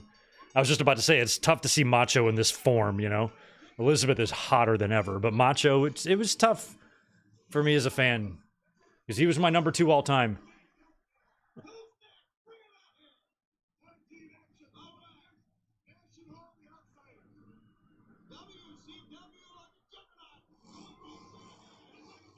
Look at the kid. The kids are like, God damn, this is loud. Fuck. All I'm trying to do is watch some wrestling.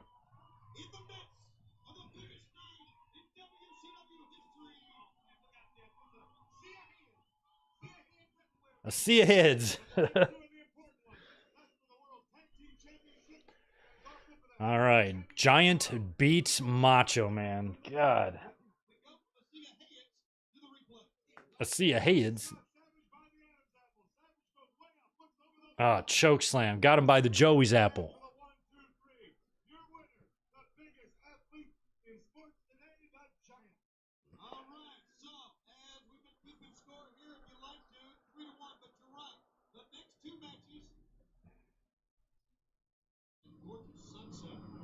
Yeah, I remember when Savage resurfaced in '99. He had Gorgeous George when they had that new look, roided out of his mind.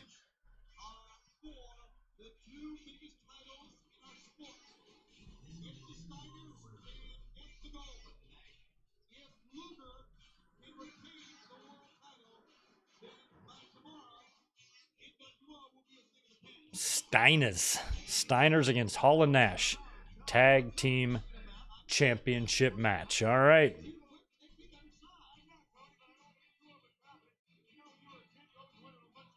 Fucking sunset in the background. Like, where do these wrestlers stay when they're there? Certainly there's not like a Marriott. Is there like a fucking 5-star hotel in downtown Sturgis?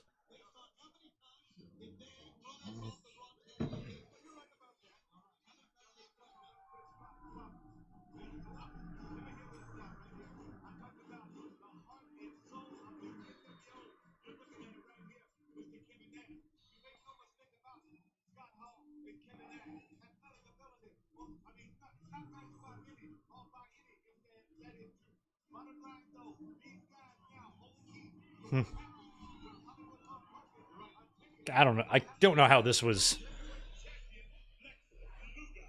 How many years? 27 years ago? Jesus. Crazy.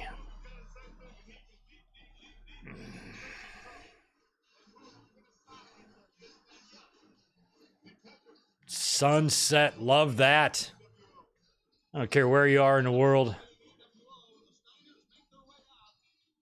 You can have good sunsets everywhere. And that's a pretty good one. Especially if you're over a body of water or over a hill or a mountain or something. Fucking awesome.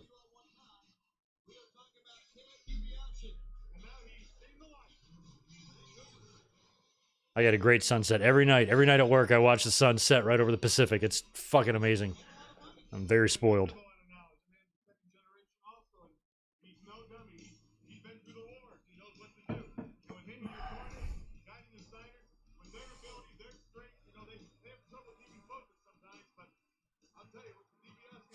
I love the crowd shot.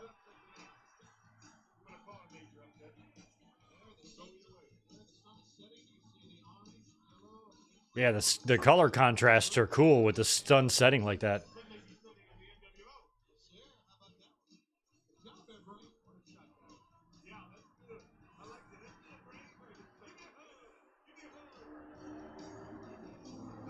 Ted DiBiase, been wearing that suit all day. And it was funny with DiBiase too. You know, he came in as part of that original NWO. You know, he was going to be kind of like the manager and the centerpiece of that until Eric Bischoff joined. Then there was nothing for him to do. So then they turned him babyface. Now he's managing the Steiners. It was so weird. Like, as he came in, a lot of people don't forget that, is that DiBiase left, like, literally at the same time. I got motorcycles over here, too. Literally at the same time as Hall and Nash. They all left together. And all showed up together. But DiBiase was a part of it for a little while, and he was perfect because he was from WWE. He had just left there, just like Hall and Nash did.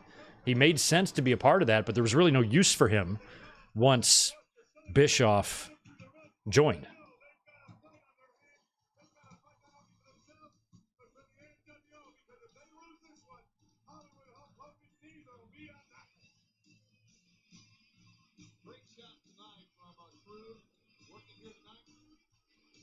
Damn, look at what she's wearing. Chaps.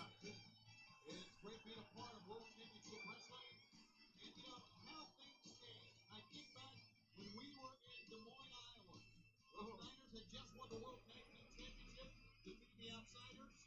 Snow on the ground. What was it, like 20 degrees? 38 below. 38 below. In the midst of his power at that time, taking the belt away from the Steiners, fighting the Steiners, firing Randy Anderson. Now we're out on a beautiful day here in Sturgis in the summertime at the Great Sturgis Rally. They still don't have the belts. Eric Bischoff's not in power. It's probably not too brutally hot at all at night there. Once the sun goes down, it's probably all right. Here we go, guys. Got to catch up here with Scott Hall and Scott Steiner right here. Always Scott Steiner. But Scott Hall is a good matchup for him. I believe Scott Steiner can overpower him and get him in a situation now where the mad dog, the better dog in the path can come down. Nice. Yeah, Nash and Hall, they're not going to be able to, like, push these fellers around because this guy here in the ring with the long hair and the ponytail, you see, he's a genetic freak, and he's not normal.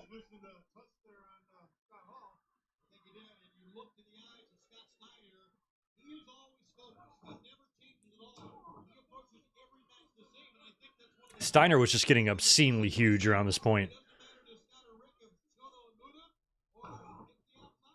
Still be a couple months, still be a few months until he would join the NWO and turn into Papa Pump.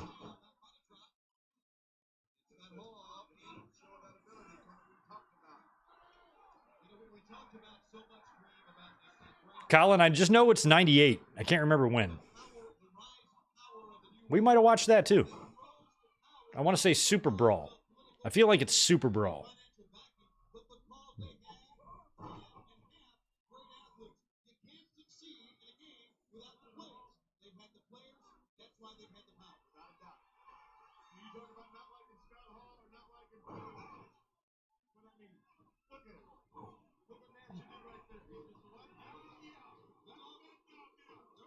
Damn, look at Steiner go, Rick.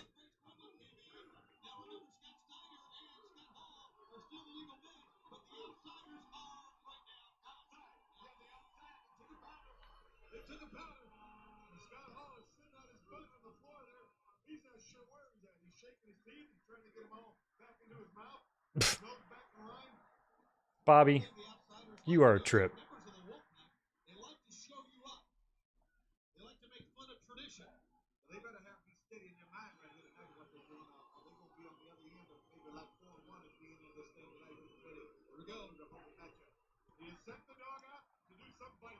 But even as a fan watching it this time, I remember having the conscious thought that the Steiners just didn't seem like the same Steiners to me because of how hugely large Scott was getting. And a lot of what made him Scott Steiner to me was starting to go away. He was just getting too big, less mobile.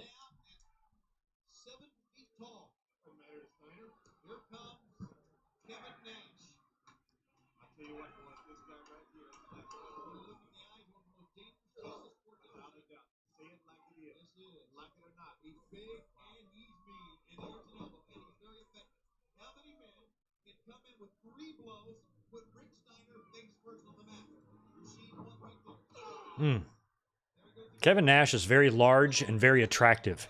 He should come up with a nickname that describes those true attributes, you know? Like some name that describes him being large and very attractive, you know? Like, I'm trying to think of like a good name to come up with that would describe that. Oh, let me know if you have any ideas.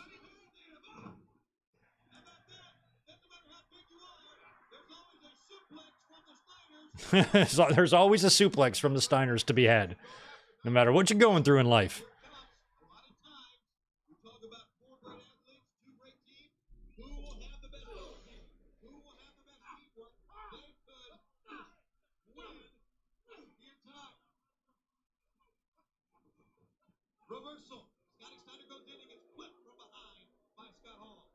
Nice, there you go. Oh, what a boot. Steiner ate every bit of that. Oh my goodness. And that's worth seeing again sometime. That was incredible. And now that gives the outsiders the advantage here. He whips him in right here. Trying to hip toss it. Block that thing real good. Got him up. Block that thing real good. Scott Hall once again trying to show him up. Look at this. The man is down. He wants to slap his face. And here comes the big man once again. Stepping off the top rope. Steady in his eyes. You look at the guy's eyes and you know what's going on in his mind. I guarantee you, these guys are lethal. When I'm talking about Konnan Nash of the New World Order. We have so much tonight on a roll. WCW is on. The pay-per-views is I don't recall the championship switches of the tag team titles in these days. I mean, I know there was a lot. I know Steiners were champs. I know Harlem Heat were champs. And I think Nash and Hall exchanged the titles with both teams, I think. And they held how many times did Hall and Nash hold the tag team titles in total? Got to be 4 or 5 times.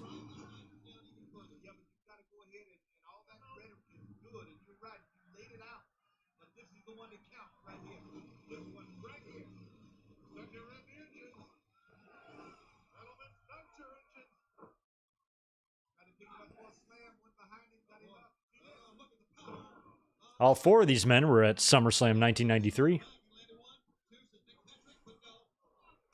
All, including the man on the outside, Ted DiBiase, who faced Razor Ramon.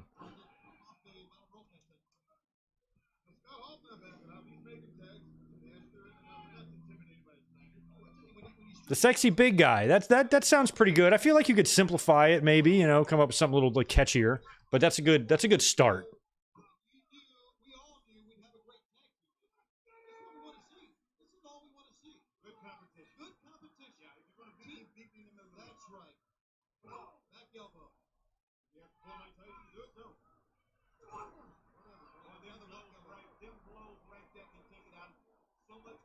I like Steiner's bedazzled, or maybe it's not bedazzled. It kind of looks like it's a bedazzled weight belt. Like if he took that off and whipped someone with it, that would do some damage.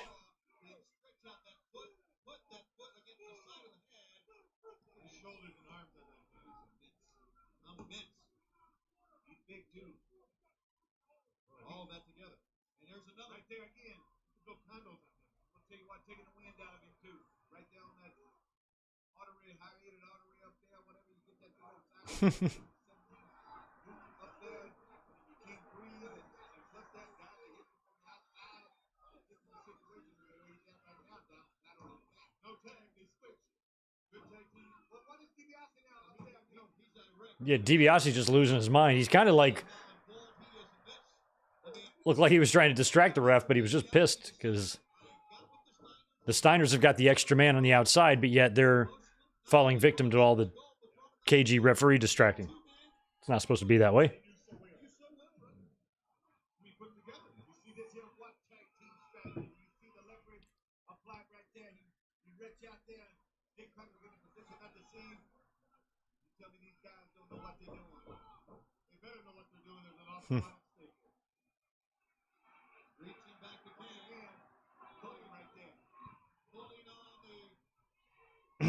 Steiner's got quite the wedgie there.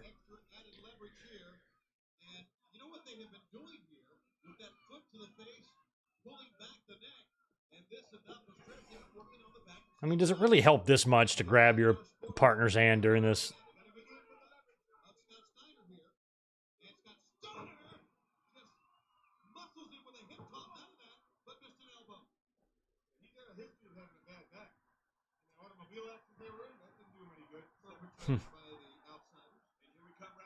Perpetrated.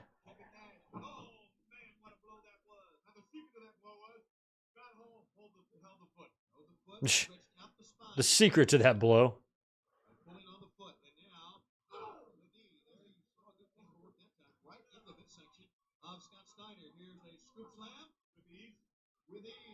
Snake eyes.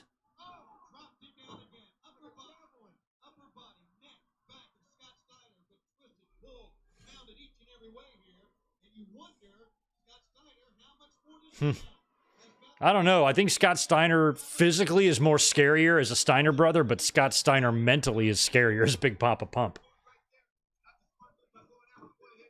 I think that he started losing his marbles there at the end.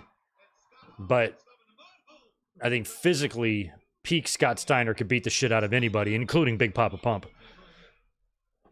But from a mental state, Scott Steiner, when he became Big Papa Pump, seemed like someone you would want to walk in the other direction of.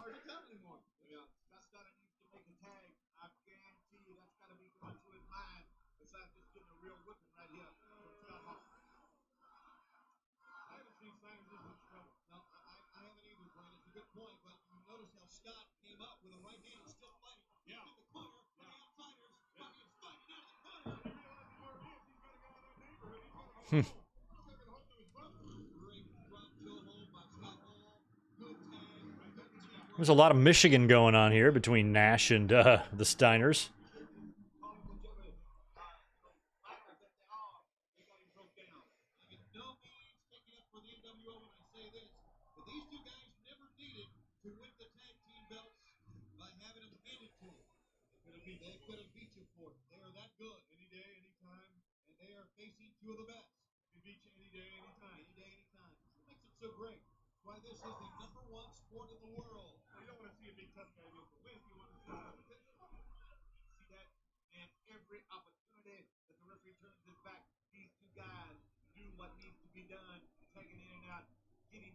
You've got a tag team in the Steiners who are brothers and have been tag teaming their whole lives. And they got a man on the outside of the ring who at one time was a very cagey heel. And they are falling victim to every stupid heel trick in the book here, and this is just ridiculous. Nash and Hall are in and out without tagging. They got the referee all up his own ass. DiBiase's just yelling and screaming. Yeah, but you got to do something about it. Yeah, you can easily electric chair him. Yeah, there you go. Ouch.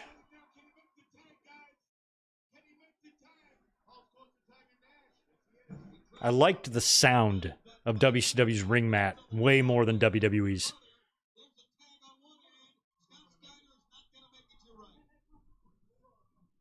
Nash is like, "Go, tag him. Come on."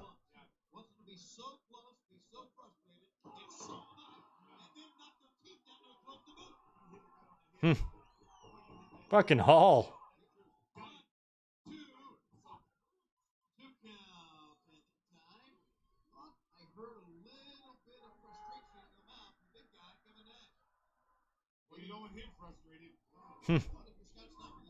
I love that move, the boot and the throat.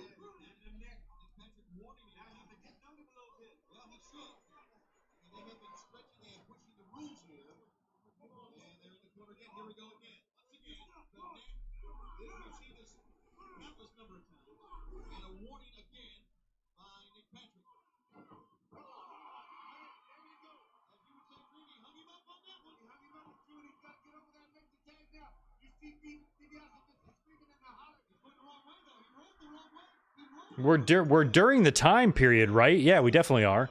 Where Sting has been doing the rafter thing and shit. But there ain't no rafters for him to descend from here, so we might not see Sting tonight. I don't know. Unless he comes out in the aisleway during the Luger Hogan match. This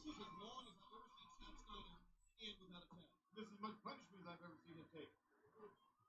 And a good ball. That time, slapping, hitting the side of the head. In the corner again. Reversal.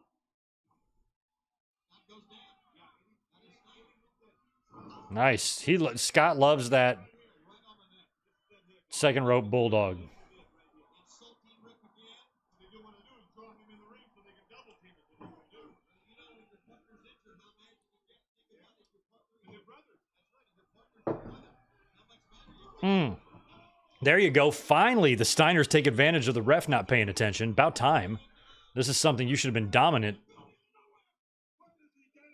You would think between the Steiners and DiBiase, they should be able to outsmart Hall and Nash from a team perspective.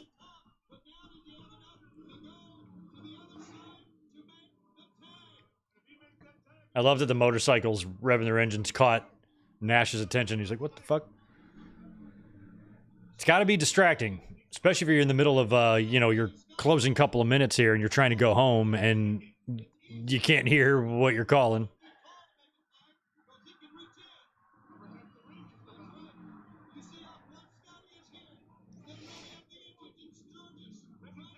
It's Scott versus Scott. Tag to Rick. Let's see if Nash goes. Nash is just coming in without a tag. God, that fucking motorcycle's crazy.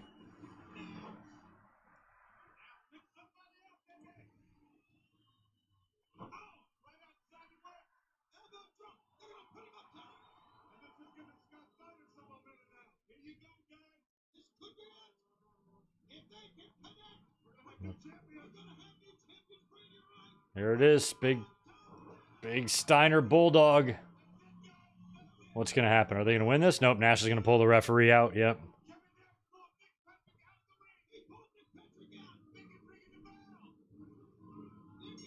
Oh, is he going to DQ him? They're celebrating like Lex at SummerSlam 1993. They won by DQ, but they don't win the titles. Superman, Bass Fisher, thanks for the $5. Hopefully Canadians can get full content when Netflix starts carrying the library. Rogers has very limited on what's available. What the hell's Rogers? Yeah, I'm not sure. I mean, with Raw going to Netflix, I don't know if that means all of the Raws are going to be available there, because I think they still have all that on Peacock. So I guess, is there not Peacock in Canada?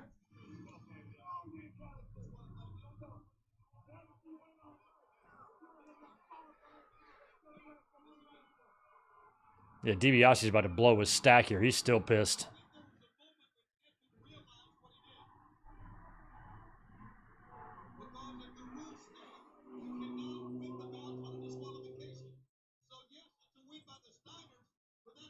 Yeah, too bad though.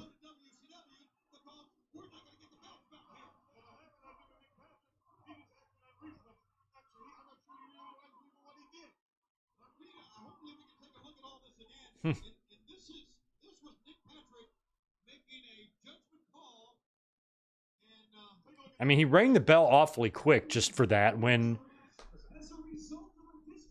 I feel like Hall and Nash got away with more earlier.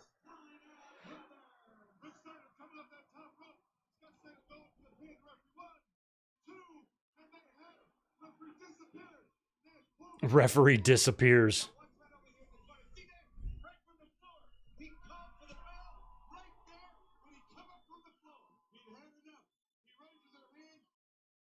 And they're happy.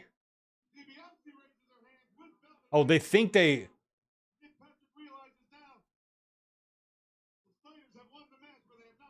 Oh, so that's weird. Steiners thought they actually won the titles there? That's weird. Look at this helicopter. Shaky-ass camera.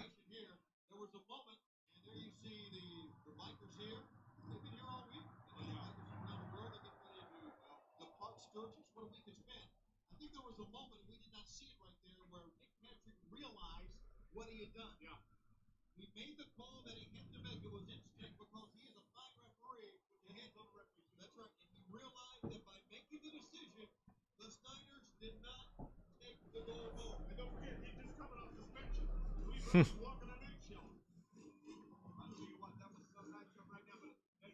That guy's got bull horns on his motorbike. Nash and Hall are still celebrating in the ring after their hard-fought disqualification loss to the Steiners.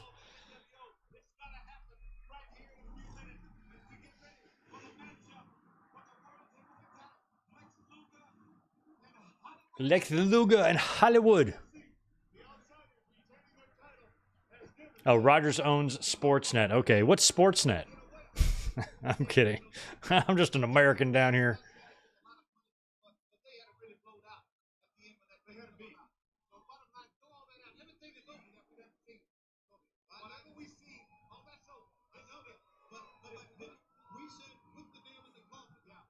Lots of kids in the audience. They caught a whole section here of a ton of kids.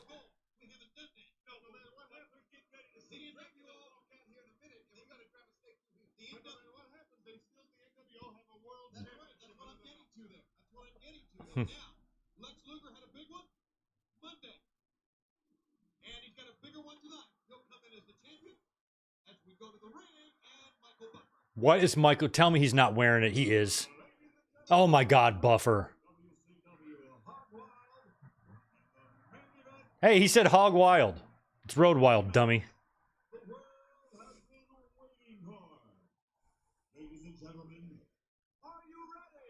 Yeah, we're ready. It's Hogan and Luger. How ready can you be for something like this?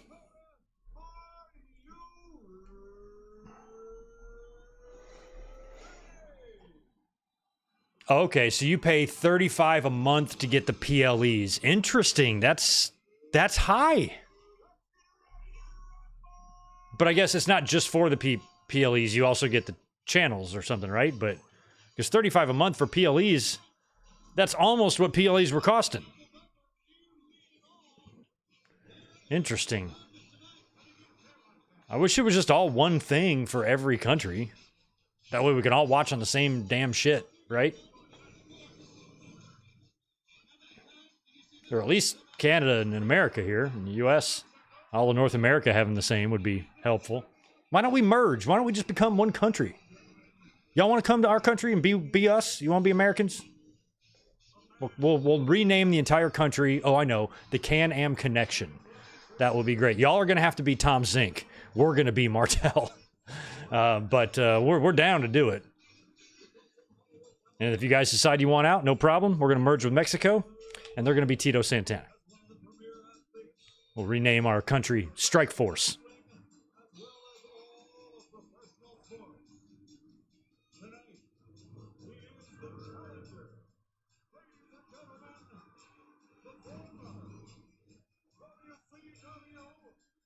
I'll make some calls, Superman Bass Fisher. Try to work on getting these countries merged. That way you can just watch on the same stuff we do. Don't know if I have Kamala's number in my phone. Oh, yeah, I do. I'll hit her up. I'll work it out. Leave it to me.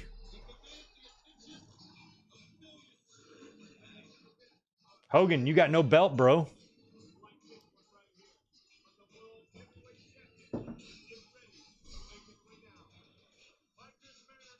It was interesting, too, because this is 2 years after, Luger and Hogan had that initial run-in when Luger came into WCW and showed up on the first Nitro, and then like the week after, he had a match with Hogan, and I remember my brain not being able to comprehend what I was looking at. I'm like, wow, Luger, who's been in WWE as their replacement Hogan, has now jumped to WCW and is having a match with Hogan. It was crazy to me. And I remember watching that night, just being blown away, watching Hogan and Luger wrestle a match. That's a lot of pyro for world champion Lex Luger here. A lot of fireworks. It's not expensive pyro. These are just the ones you can buy at the fireworks stands at the state borders, It's more than just, snakes and sparklers. It's good stuff.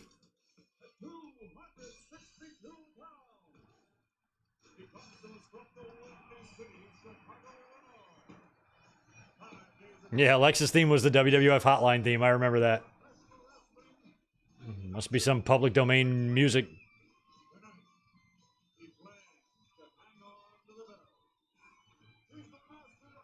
WCW a lot of times was perfectly willing just to use the most generic sounding shit for some of their talents, and then some guys would get custom themes. Just depends. But for Lex, they were just like, that WWF Hotline theme is good enough. Just use that.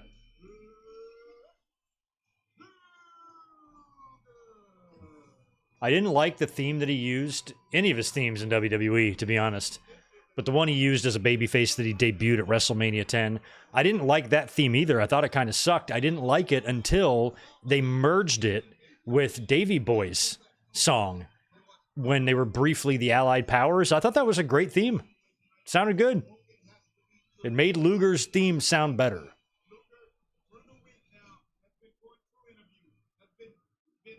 It's like one of the first mashups. We Are Pro Wrestling or anybody else with the memory close to mine. Can you think of any theme music mashups prior to Allied Powers?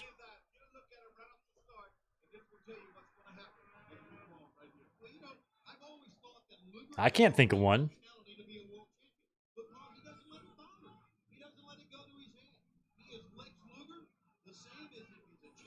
There we go. Luger and Hogan shoving. Luger should be like, well, I have no bald spot and I have a lot more definition. You're slightly more tanned, got about an inch on me, and probably about 10 pounds. Other than that, we're the same dude.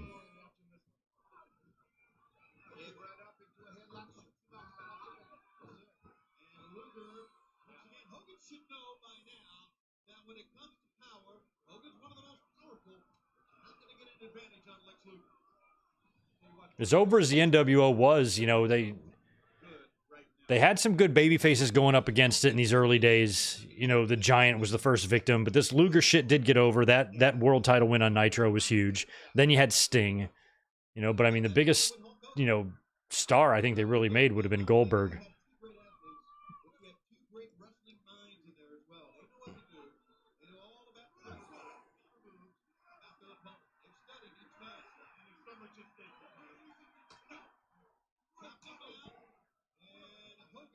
Does Hogan not have his dark beard for this one, huh? He's John on him. He's right back now, went to a headlock. Really basic move right there, but it just shows that Hogan knows what to do right here. Holding it steady in the middle, trying to wear him down. Yeah, Flexi Lexi never had a theme that I enjoyed. None of them. A narcissist. Fuck out of here.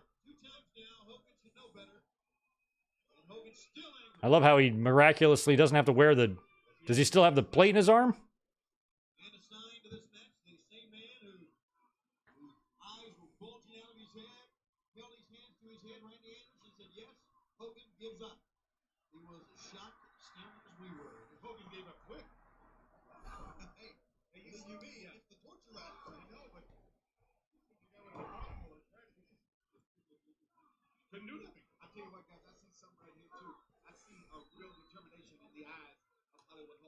He knows this whole NWO thing really stems from the outcome of this right here. Right there. Hogan with the drop toe hold. Hilarious. Pee Wee Anderson, I don't know why you dropped down. I think he got down to count, but then realized Luger was on his stomach and then he felt dumb. Now he's laying there trying to play it off like he meant to do it. That's exactly what happened there with Randy Anderson. Not meant to do that. I gotta check his arms and his shoulders.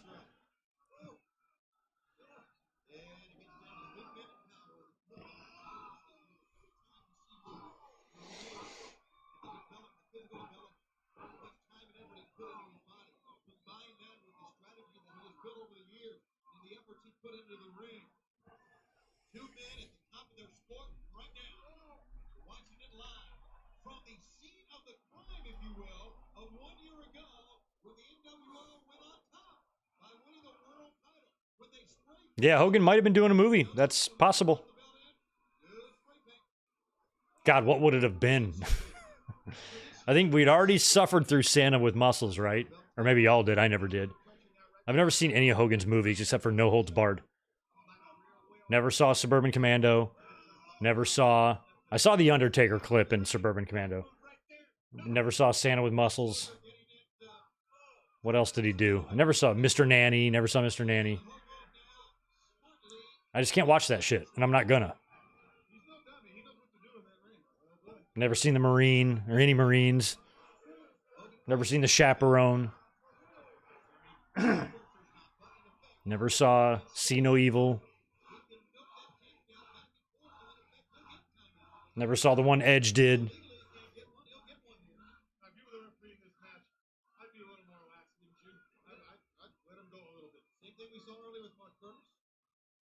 Luger's doing the right thing here. Let Hogan go ahead, parade outside. While he's getting your win, you get your win back. Now you're going to start all over. Let's get back in here. You see these guys really are being cautious. They don't want to make any mistakes right here at the start of this thing. See a little smirk there on the face of Lex Luger? So much steroids. Never saw the Three Ninjas. Or Four Ninjas. Never watched Thunder in Paradise. Never saw Dick that he did. Except for No Holds Barred, which I saw in the theater. My mom dropped me and my sister off there. And we watched it together, and which was weird because I was like 12 and she was like 7. But I told her, remember her dropping us off. We watched the movie and then she picked us up.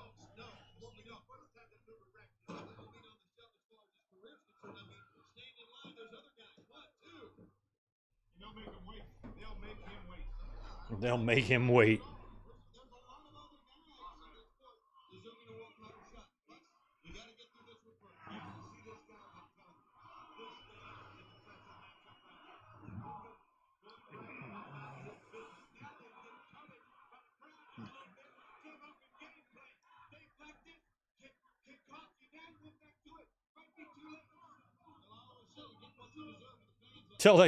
He told the referee to tell the crowd to shut up. Turn off your motorbikes.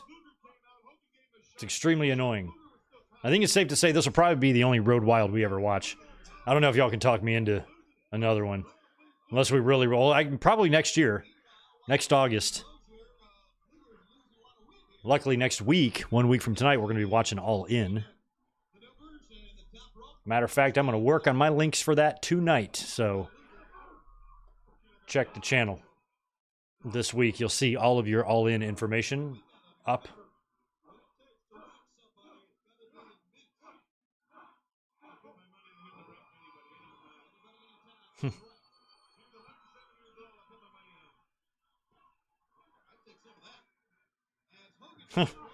Bobby thinks a 107-year-old Luger could torture rack Hogan.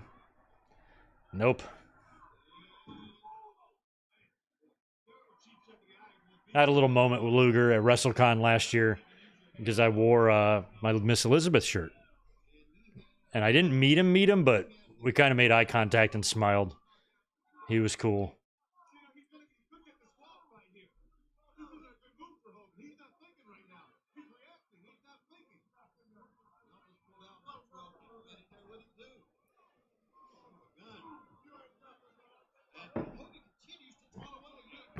Ready to Rumble, I have seen. That wasn't a bad movie, actually. I mean, it was a fucking horrible movie, but when you think about a movie with wrestlers in it, or a movie about wrestling, it should probably suck, and that one wasn't, like, that bad. I remember at the time thinking, I'm like, man, that WCW, they're still hanging on, aren't they? They got David Arquette as their champion, they're doing movies now, and, you know, they're still trying to fight this battle that they're getting their ass kicked in by WWE.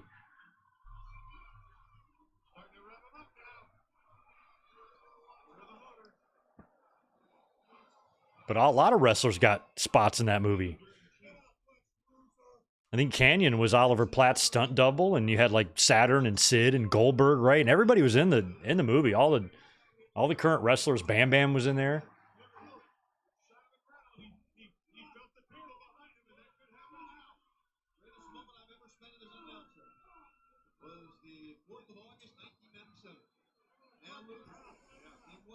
Yeah, that is crazy that Luger won the title the night after Brett won the title. The two men that got title shots at WrestleMania 10, winning the world championships in back-to-back nights. I mean, that was the cool thing that can happen when you have two companies and you have competition and you have two TV shows on, is that you can get two major title changes like literally hours apart if the stars align properly and stuff like that. That's cool. Especially when you think back on it. I'm like, man, those are two big title changes. You know, Brett and Luger.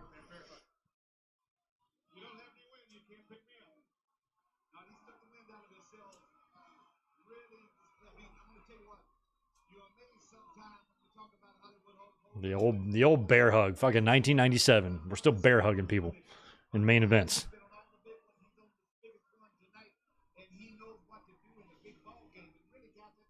Lonesome Dove, I think, was a series. I don't think it was a movie. I think it was a miniseries. Brett was like a cowboy or something. Never saw any of that shit either.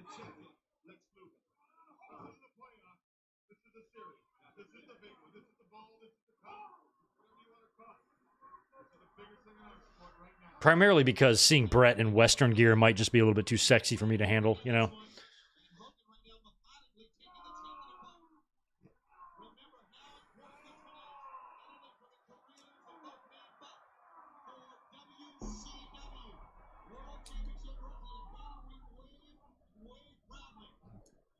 Oh, Brett was in a movie this year? All right, Brett.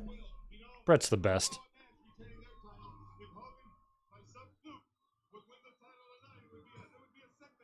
I remember I introduced myself to his wife, and she, I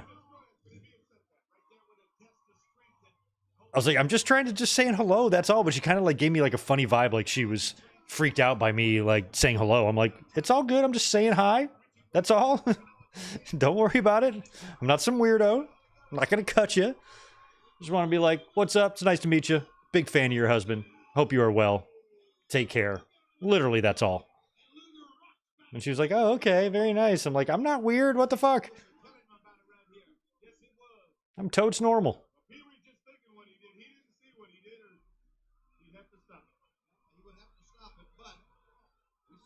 But Brett wasn't with her, so maybe she was just surprised I recognized her. I don't know what the fuck, but it was like, I was like, geez, all I was doing was saying hello. Sue me.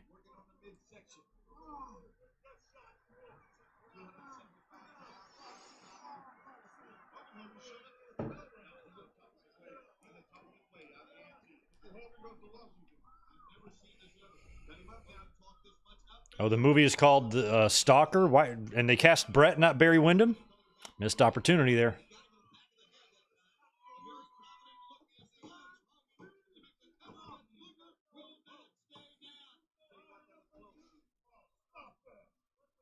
I mean, what was the story about this quick little run for Luger? Was it literally like Hogan would only agree to do the job to Luger if he could win it right back less than a week later?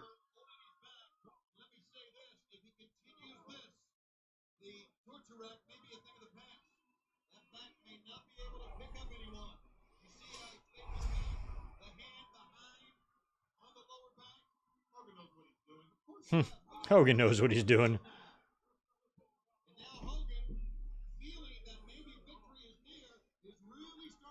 You'd think that Bobby would be on Narcissist's side here.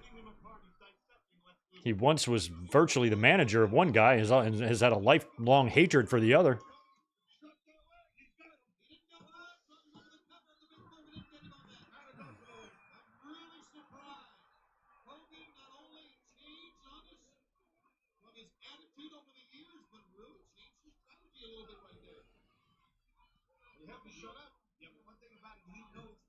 You know, the match, it should have been Sting.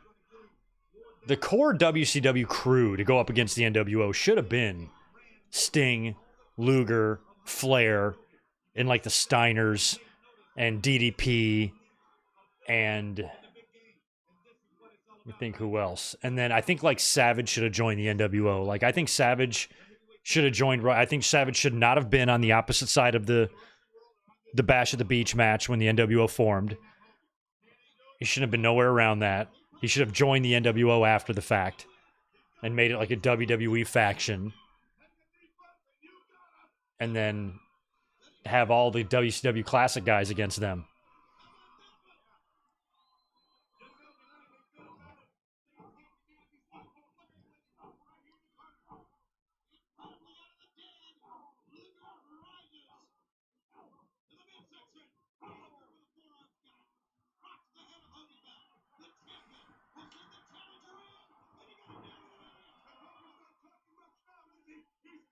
Hogan's begging. I have no idea how Hogan wins this. Probably, I guess just NWO interference as usual. Come on, Luger, you're the champ. I would just play it cool here. Like, you've got champion advantage, something that's rare in a Hogan match.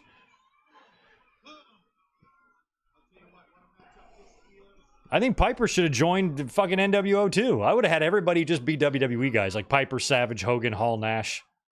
I would have had them all on that side.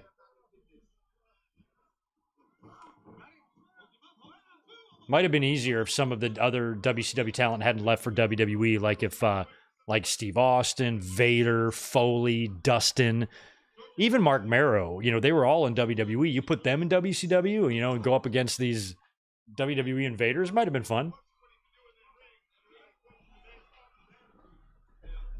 Yeah, thank you for blowing your snot on us, Hulk Hogan. That's real nice. Ah, you missed the leg drop because you wasted time blowing snot at the audience. That's what you get. You get a chance to beat somebody? Beat him. Don't blow snot.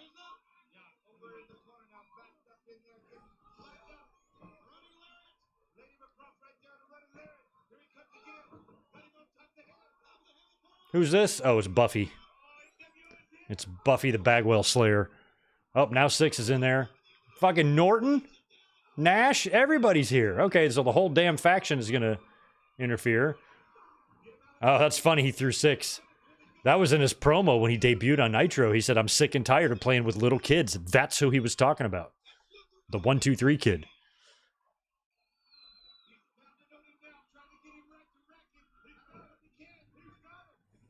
And now he's still playing with little kids because the little kids followed him there. Fucking crazy, man. Oh, that's not Sting. There's a mask on that Sting. No, he hit Luger. Oh, so the fake Sting hits. Good old fake Sting. The fake Sting is the reason that Crow Sting became Crow Sting to begin with, because he had a fake Sting that faked everybody out.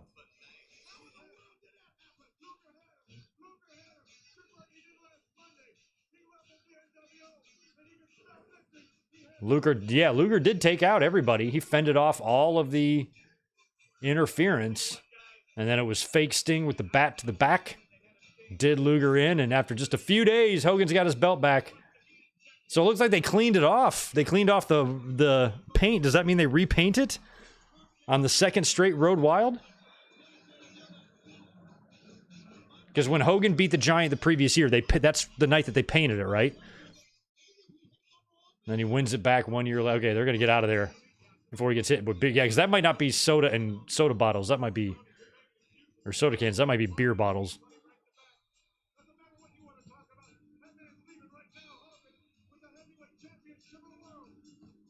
Hey, I want to welcome Fallen Footwear to the family, courtesy of Superman Bass Fisher. Thanks for hooking people up, man. Appreciate that.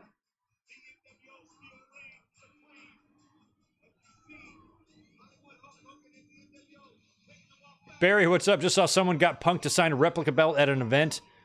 And after he signed it, the guy asked Punk to unblock him, and Punk said, probably not. That's awesome.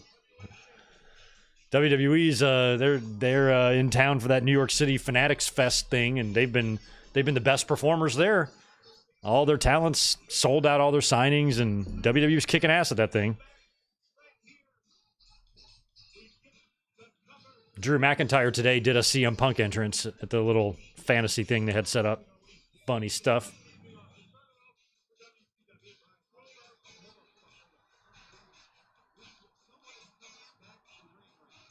Somebody's coming back to the ring.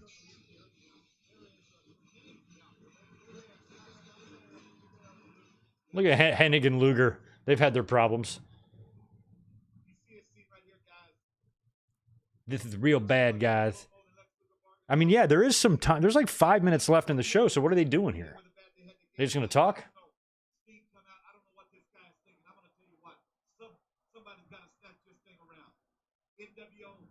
Okay, it looks like there might be the announcers are going to talk, and we're going to go backstage. Oh, here they're going to re-spray paint the belt, I think. That's why there's time left.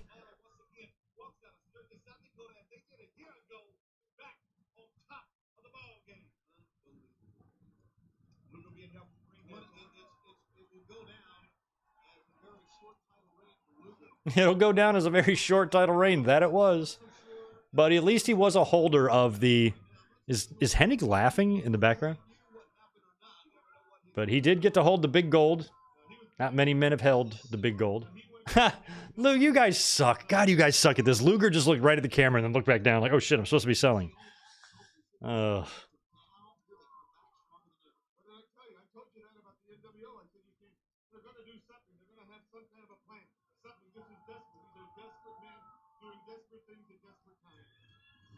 Looks like nobody's really leaving. All the Sturgis people are still there. I guess they just sleep there too.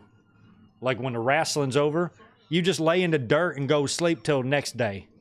And you can wake up and do more motorcycle stuff. Yeah, yeah. There's a fight in the backstage area. Let's find out. Hogan wins back the title 5 days after he lost it. That's nice. What a dick. And he held the title that whole year. He held it from Road Wild 96 or Hog Wild 96 all the way to the Monday prior to this one. Jesus, that's a Cena run right there.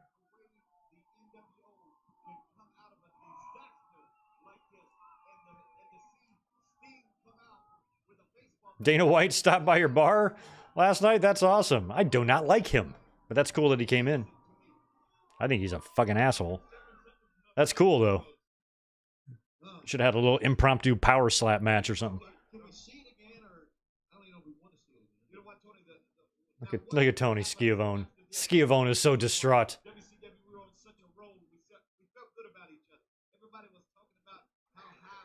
Bobby's jacket that he's wearing, that is his 1989 jacket. That's what he wore around that time, I think. Maybe 1990. 89, 90.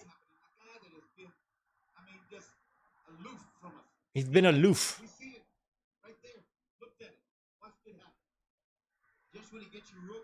Does it not occur to any of you dumbasses that that might have been a fake sting?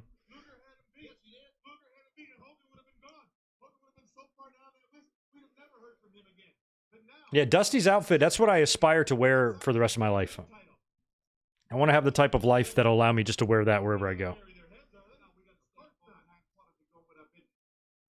So Hulk Hogan is the world champion. The Outsiders are still the world tag team champions. And we started this event almost 3 hours ago thinking that... Shivani's got a little tattoo on his arm, too. It's pretty funny, which I'm assuming is fake. There's been a fight backstage. Oh, look at Konnan with this. Hey, look, Konnan's the world champion, guys. He looks really good with that belt.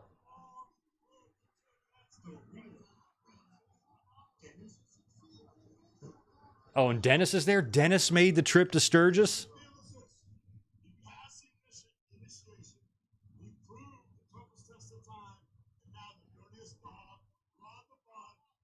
Rod the Bod. You better spray paint it right, though. That looks like shit. It doesn't look that great. They let him do that? They trusted him to do that? You can't even see it. Maybe you can a little.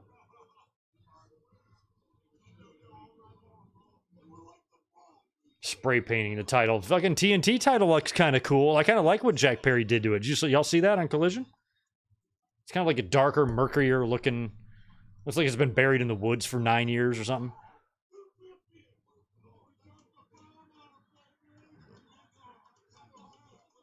I love that Hogan doesn't have his dark beard because he's filming some shitty movie. All right. That's a wrap from Sturgis. I'm glad we finally knocked out our first Road Wild. We popped our Road Wild cherry together. I haven't watched one of these together yet on the channel. And those motorcycles are definitely annoying. Oh, good. And we get the credits. Craig Leathers.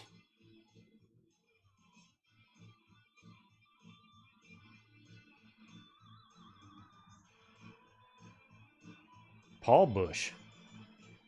Hans Munster. I like that name. Not seeing any kayfabe on here, though. That's a shame. All right. Well, that was fun. We finally did a WCW show. So we will reconvene 2 weeks from tonight, I believe, which will be the day before Labor Day. Because next week we will be here for All In. That'll be the 25th. And then we're into September. And that's going to be September 1st. We'll be back for our next Classic Watch Along. So that might be a good day for Ground Zero. That first 3 hour In Your House. I'll give that some thought and I will set that up. But I'm going to spend tonight getting the All In links up for this week. Got predictions coming to you on Thursday. We will be here for the podcast on Saturday. We will be here 1 week from tonight for All In Watch Along. And we're going to be here tomorrow night after Raw for a review. So get ready for a whole lot of me this week. I'm looking forward to it. Pay-per-view weeks are always fun. Thank you so much, guys, for being here this evening. I appreciate it. And I'll catch you all tomorrow for the Raw.